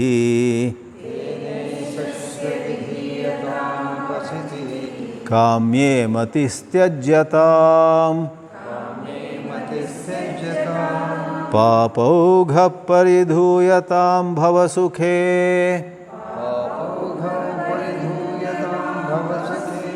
ದೋಷೋನುಸಂಧೀಯತಾಂ ಆತ್ಮೇಚ್ಛಾ ವ್ಯವಸೀಯತಾಂ ನಿಜಗೃಹಾತ್ ತೂರ್ಣಂ ವಿನಿರ್ಗಮ್ಯತಾಂ.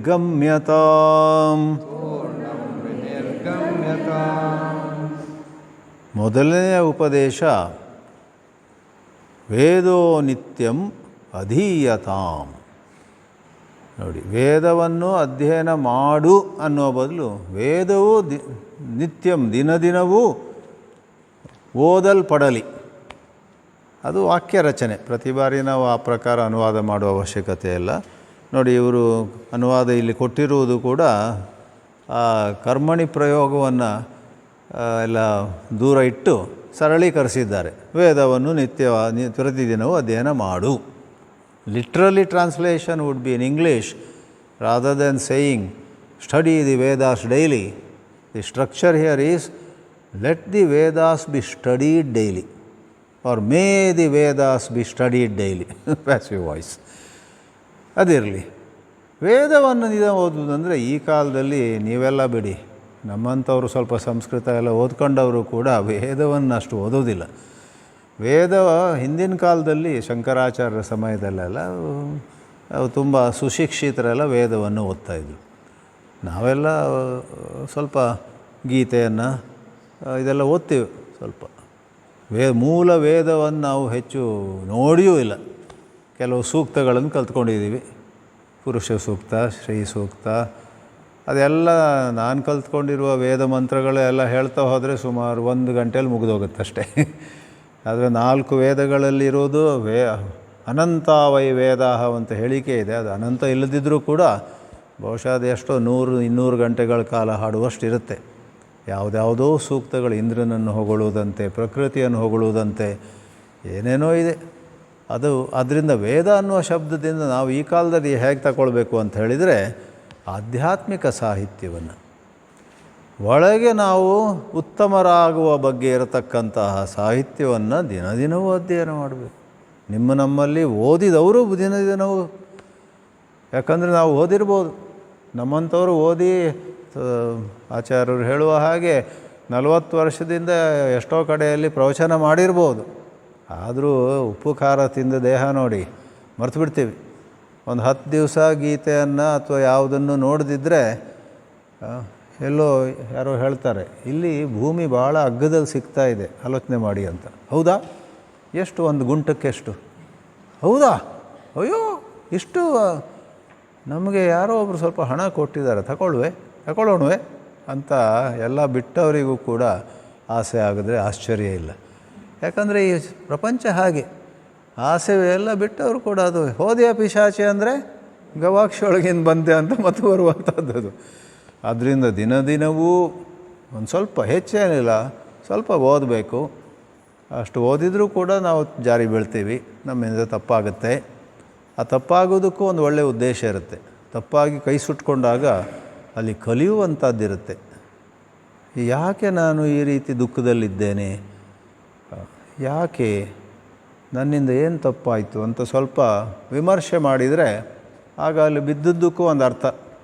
ಬಿದ್ದದ್ದು ಅಥವಾ ಸೋತದ್ದು, ಎಲ್ಲೋ ನಮಗೆ ಅಪಮಾನ ಆಯಿತು, ಸಿಗಬೇಕಾದ ಸಮ್ಮಾನ ಸಿಗಲಿಲ್ಲ, ಆಗ ನೋವಾದಾಗ ನಮಗೆ ಒಂದು ಅಂತರವಲೋಕನ, ಇಂಟ್ರೋಸ್ಪೆಕ್ಷನ್ ಆಗುತ್ತೆ. ಈ ವೇದವನ್ನು ದಿನ ಓದಬೇಕು ಅನ್ನುವಲ್ಲಿ ವೇದ ಶಬ್ದದಲ್ಲಿ ಆಧ್ಯಾತ್ಮಿಕ ಸಾಹಿತ್ಯ, ಅದು ಕನ್ನಡದಲ್ಲಿರಲಿ, ಇಂಗ್ಲೀಷ್ನಲ್ಲಿರಲಿ, ಸಂಸ್ಕೃತದಲ್ಲಿರಲಿ, ಪದ್ಯ ರೂಪದಲ್ಲಿರಲಿ, ಗದ್ಯ ರೂಪದಲ್ಲಿರಲಿ, ಅದು ಯಾವುದೋ ರೂಪದಲ್ಲಿ ಬೇಕಾದ್ರೆ ಹಳೆಗನ್ನಡ ಆಗಲಿ, ಹೊಸಗನ್ನಡ ಆಗಲಿ, ಒಟ್ಟಾದರೆ ನಮಗೆ ನಮ್ಮನ್ನು ನಾವು ನಡೆಯೋದನ್ನು ತಿದ್ದುವಂತಹ ಒಂದಿಷ್ಟು ಮಾತುಗಳು. ಇದು ಹೇಗಂದರೆ, ಒಬ್ಬ ಯುವಕ ಒಂದು ಮುದುಕರ ಹತ್ರ ಹೋಗ್ತಾನೆ. ಅವನಿಗೆ ಆ ಮುದುಕರ ಬಗ್ಗೆ ಗೌರವ, ಮುದುಕರ ಬಗ್ಗೆ ಶ್ರದ್ಧೆ. ಆ ಮುದುಕರ ಹತ್ರ ಹೋಗಿ ಕೈ ಮುಗಿದು, ತಾತ ನಾನು ಏನಾದ್ರು ಹೇಳಿಕೊಡು, ಏನೋ ಒಂದು ಬುದ್ಧಿ ಹೇಳು, ನಾನು ದೂರ ಹೋಗ್ತಾ ಇದ್ದೀನಿ, ಕರ್ನಾಟಕ ಬಿಟ್ಟು ಡೆಲ್ಲಿಗೆ ಹೋಗ್ತಾ ಇದ್ದೀನಿ, ನೀನು ಇವತ್ತು ಅದು ಉಪದೇಶ ಕೊಟ್ಟರೆ ನಾನು ಡೆಲ್ಲಿಯಲ್ಲಿ ಇನ್ನು ಕೆಲವು ವರ್ಷ ಇರ್ತೀನಿ, ಕೆಲವು ವರ್ಷಕ್ಕೊಂದು ಸಾರಿ ಊರಿಗೆ ಬರ್ಬೋದು, ಅಷ್ಟು ದೂರ ಹೋಗುವಂತಹ ನನಗೆ ಒಂದು ಒಳ್ಳೆ ಮಾತು ಹೇಳು ಅಂತ. ಆತ ಒಂದು ನಿಮಿಷ ಆಲೋಚನೆ ಮಾಡಿ, ಹೌದಾ, ಖಂಡಿತ ಈ ಥರ ಕೇಳುವವರೇ ಕಮ್ಮಿ ಇತ್ತೀಚೆಗೆ. ನೀನು ಈ ಥರ ಪ್ರೀತಿಯಿಂದ ಕೇಳಿದ್ಯಾ, ವಿಶ್ವಾಸದಿಂದ ಕೇಳಿದ್ಯಾ, ನಿನಗೊಂದು ಒಳ್ಳೆ ಮಾತು ಹೇಳ್ತೀನಿ. ಅವ್ರು ಹೇಳ್ತಾರಂತೆ, ನೀನು ಯಾವಾಗಲಾದರೂ ಜೀವನದಲ್ಲಿ ಪಾತ್ರೆ ತೊಳೆದಿದ್ಯಾ? ಬಟ್ಟಲಾಗಲಿ, ಕಪ್ಸ್ ಇದೆ, ಸಾಸರ್ಸ್ ಇದೆ, ಚಮಚ ಇದೆ, ಲೋಟೆಗಳಿವೆ, ಪಾತ್ರೆಗಳು, ಊಟ ತಿಂಡಿ ಮಾಡುವಂಥ, ಅಡುಗೆ ಮಾಡುವಂಥ ಪಾತ್ರೆಗಳನ್ನು ತೊಳೆದಿದ್ದೀನಪ್ಪ ಯಾವಾಗಲಾದರೂ? ಯುವಕ ಹೇಳ್ತೇನೆ, ತಾತ ನನಗೆ ಆಯಿತು 30 ವರ್ಷ ಆಗಿದೆ, ಸಿಕ್ಕಂದಿಲ್ಲ, ನಾನು ಅಂಥ ಆಲಸ್ಯ ಅಲ್ಲ, ಬೇಕಾದಷ್ಟು ಸಮಯ ಅಮ್ಮನಿಗೆ ಅಕ್ಕಂದಿರಿಗೆಲ್ಲ ಸಹಾಯ ಮಾಡ್ತಾ ನಾನು ಬೇಕಾದಷ್ಟು ಸಾರಿ, ಕೆಲವೊಮ್ಮೆ ಒಬ್ಬನೇ ಇದ್ದಾಗ ನಾನೇ ಅಡುಗೆ ಮಾಡಿದ್ದೀನಿ, ಊಟ ಆದ ನಂತರ ನಾನೇ ಪಾತ್ರವೂ ತೊಳೆದಿದ್ದೀನಿ, ಕೆಲವು ಸಾರಿ ಕೆಲಸದವರಿದ್ದರೂ ಬರೋದಿಲ್ಲ. ಪಾತ್ರ ನಾನು ತೊಳೆದಿದ್ಯಾ ಅಂತ ಎಂಥ ಪ್ರಶ್ನೆ, ಬೇಕಾದಷ್ಟು ಸಾರಿ ನಾನು ಪಾತ್ರ ತೊಳೆದಿದ್ದೀನಂತ. ಅದು ಸರಿ, ನೀನು ಆ ಪ್ರಕಾರ ಎಷ್ಟೋ ಬಾರಿ ಪಾತ್ರ ತೊಳೆದದ್ದು ಹೌದಾದರೆ ಒಂದು ಹೇಳು, ಪಾತ್ರ ತೊಳೆಯೋದ್ರಲ್ಲಿ ಪಾತ್ರೆಯ ಹೊರಗೆ ತೊಳೆಯುವುದು ಮುಖ್ಯವಾ ಅಥವಾ ಒಳಗೆ ತೊಳೆಯುವುದು ಮುಖ್ಯವಾ? ಎರಡರಲ್ಲಿ ಒಂದೇ ಮಾಡಬೇಕು ಅಂತಿದ್ರೆ ನೀನು ಯಾವ್ದು ಮಾಡ್ತೀಯ? ಪಾತ್ರೆ ಅಲ್ಲಿಟ್ಟದ್ದು ಫಳಫಳನೆ ಹೊಳಿತಾ ಇರಬೇಕಂತ ಹೊರಗೆ ಮಾತ್ರ ತೊಳೆದು ಒಳಗೆ ಅದನ್ನು ಕೊಳೆ ಇರುವ ಹಾಗೆ ಬಿಟ್ಬಿಡ್ತೀಯಾ? ಅಥವಾ ಆ ಥರ ಒಂದೇನೋ ಸಮಯ ಬಹಳ ಕಡಿಮೆ, ಭಾಳ ಅವಸರದಲ್ಲಿ ಮಾಡಬೇಕಂದಾಗ ಒಳಗೆ ತೊಳೆದು ಹೊರಗೆ ಪರವಾಗಿಲ್ಲ ಏನೋ ಇದೆ ಅಂತ ಬಿಡ್ತೀಯಾ ಅಂತ. ಆಗ ಅವನು ಹೇಳ್ತಾನೆ, ಅಲ್ಲಿ ಯಾವ ಸಂಶಯವೂ ಇಲ್ಲ, ಪಾತ್ರೆ ತೊಳೆಯೋದ್ರಲ್ಲಿ if the choice is only inside or outside, not both, I would wash the inside.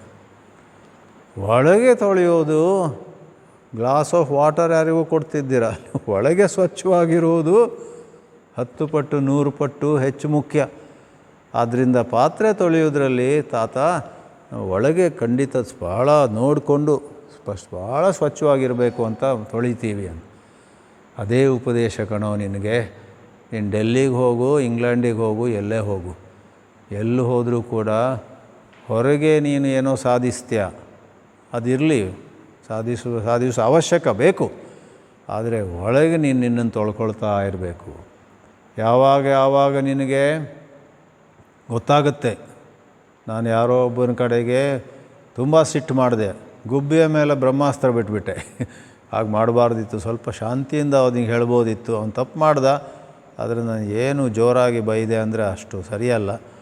ಇನ್ನೆಲ್ಲೋ ಕಡೆಯಲ್ಲಿ ಇಂದ್ರಿಯ ಸಂಯಮ ಇರಲಿಲ್ಲ, ಡಯಾಬಿಟಿಸ್ ಇದ್ದರೂ ಕೂಡ ವಾರಕ್ಕೊಂದು ಸಾರಿ ಬಾಳೆಹಣ್ಣು ತಿನ್ಬೋದಂತ, ಆ ಬಾಳೆಹಣ್ಣು ಒಂದು ತಿಂದ ಕೂಡಲೇ ಎಷ್ಟು ರುಚಿ ಆಯಿತು ಅಂದರೆ 5 ತಿಂದುಬಿಟ್ಟೆ, ಯಾರೋ ಇಟ್ಟಿದ್ರು 5 ತಿಂದುಬಿಟ್ಟೆ.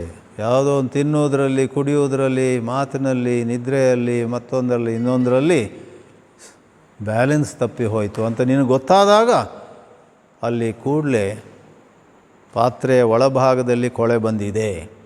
ಬಾಳೆಹಣ್ಣು ತಿನ್ನಿ, ಜಲೇಬಿ ತಿನ್ನಿ, ಒಬ್ಬಟ್ಟು ತಿನ್ನಿ, ಆದರೆ ಎಲ್ಲೋ ಕಡೆ ಸ್ವಲ್ಪ ಮಿತವಾಗಿರಲಿ. ನಿಮ್ಮ ಆರೋಗ್ಯ ನೀವು ನೋಡಿಕೊಳ್ಳೋದು ಬಹಳ ಮುಖ್ಯ.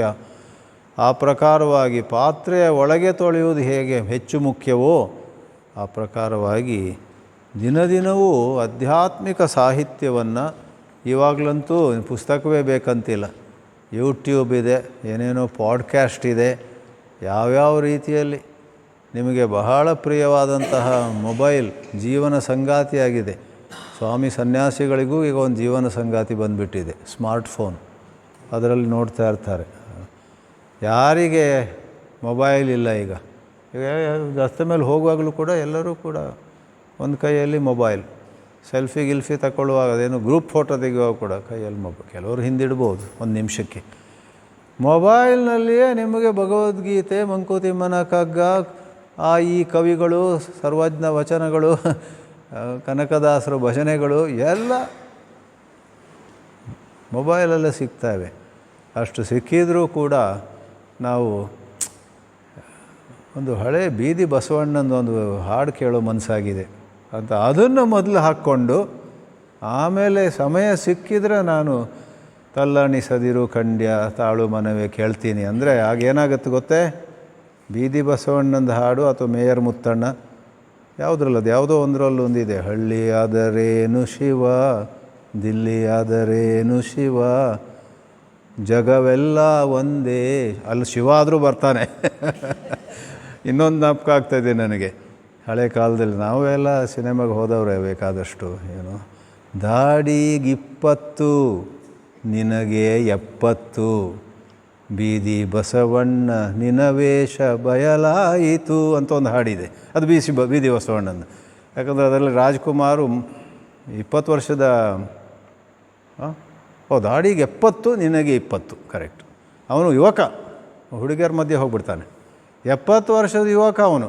ಆದರೆ ಆ ಹುಡುಗಿಯರಿಗೆ ಮಧ್ಯೆ ಹೋಗಬೇಕಂತ ಬಿಳಿ ಗಡ್ಡ ಹಾಕ್ಕೊಂಡಿರ್ತಾನೆ, ತಲೆ ಮೇಲೆಲ್ಲ ಬಿಳಿ ಕೂದಲಿಟ್ಕೊಂಡು deceiving them comes the stick. ನೀವೆಲ್ಲ ಯಾವ ಕಾಲೇಜ್ನಲ್ಲಿ ಓದ್ತಿದ್ದೀರಪ್ಪ ಅಂತ ಕೇಳ್ತಾನೆ.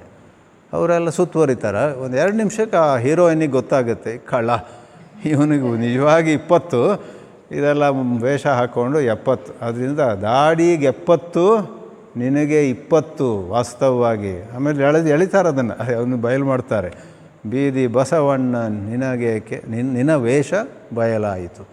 ಅದನ್ನು ಕೇಳೋ ತವಕ ಇರುತ್ತೆ. ಆದರೆ ಮೊದಲು ಒಂದು ತಲ್ಲಣಿಸದಿರು ಖಂಡ್ಯ ಹೇಳುವ ಮನಸ್ಸು ಆಗಿದೆ, ಅದು ಮೊದಲು ಕೇಳಿ.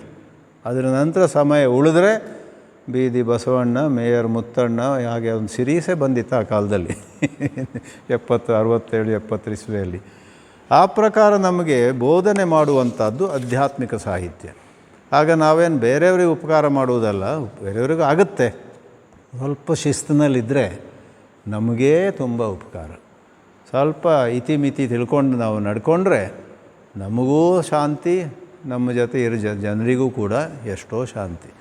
ಆ ಪ್ರಕಾರ ಇವತ್ತು ಈ ಒಂದು ಉಪದೇಶದಲ್ಲಿ ನಿಲ್ಲಿಸೋಣ. ಪ್ರಾರಂಭ ಮಾಡಿದ್ದೀವಿ. ಇದರಲ್ಲಿ ಪ್ರತಿಯೊಂದು ಉಪದೇಶವೂ ಕೂಡ ಬಹಳಷ್ಟು ನಮ್ಮ ದಿನದಿನದ ಜೀವನಕ್ಕೆ ಅನ್ವಯಿಸುವಂಥದ್ದು. ದೈನಿಕ ಜೀವನದಲ್ಲಿ ನಮ್ಮ ನಡತೆಯನ್ನು ಮತ್ತು ನಮ್ಮ ಕೆಲಸದಲ್ಲಿ ಕೂಡ ದಕ್ಷತೆಯನ್ನು ಇದು ವರ್ಧಿಸುವಂತಹ ಉಪದೇಶಗಳು. ಯಾವಾಗ ಒಳಗೆ ನಮ್ಮಲ್ಲಿ ಒಂದಿಷ್ಟು ನೆಮ್ಮದಿ ಇರುತ್ತೋ ಆವಾಗ ನಮ್ಗೆ ಬಂದ ಕೆಲಸವನ್ನೆಲ್ಲ ನಾವು ಹುರುಪಿನಿಂದ ಮಾಡ್ತೀವಿ. ಒಳಗೆ ನಮಗೆ ತಲೆ ಬಿಸಿ ಆಗಿಬಿಟ್ಟಿದೆ, ಸಂಘರ್ಷ ಉಂಟಾಗಿದೆ, ಆಗ ಏನೋ ಕೆಲಸ ಬಂತು, ಬಹಳ ಸರಳವಾದ ಕೆಲಸ ಕೂಡ ಹಾಳು ಮಾಡಿಬಿಡ್ತೀವಿ.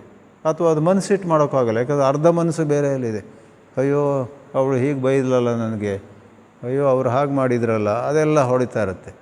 ಸ್ವಲ್ಪ ಶಿಸ್ತಿನಿಂದ, ಬರೀ ಶಿಸ್ತು ಮಾತ್ರ ಅಲ್ಲ, ಒಂದು ವಿವೇಕದಿಂದ, ಒಂದು ಎಚ್ಚರಿಕೆಯಿಂದ, ಒಂದಿಷ್ಟು ಪ್ರಜ್ಞೆ, with understanding. In order to live with good understanding such instructions are very valuable. ಆ ಪ್ರಕಾರ ಇರುವಂಥದ್ದು ನಾವು ವಿಸ್ತಾರವಾಗಿ ಓದೋಣ. ಇನ್ನು 3 ಕ್ಲಾಸುಗಳಿವೆ, ಅದರಲ್ಲಿ ಈ 5 ಶ್ಲೋಕಗಳನ್ನು. ತುಂಬ ಸಂತೋಷ. ಶಾಂತಿ ಮಂತ್ರ ಹೇಳೋಣ. ಓಂ ಪೂರ್ಣಮದಃ ಪೂರ್ಣಮಿದಂ ಪೂರ್ಣಾತ್ ಪೂರ್ಣಮುದಚ್ಯತೆ ಪೂರ್ಣಸ್ಯ ಪೂರ್ಣಮಾದಾಯ ಪೂರ್ಣಮೇವಾವಶಿಷ್ಯತೆ. ಓಂ ಶಾಂತಿ ಶಾಂತಿ ಶಾಂತಿ. ಹರಿ ಓಂ ಶ್ರೀ ಗುರುಭ್ಯೋ ನಮಃ. ಹರಿ ಓಂ.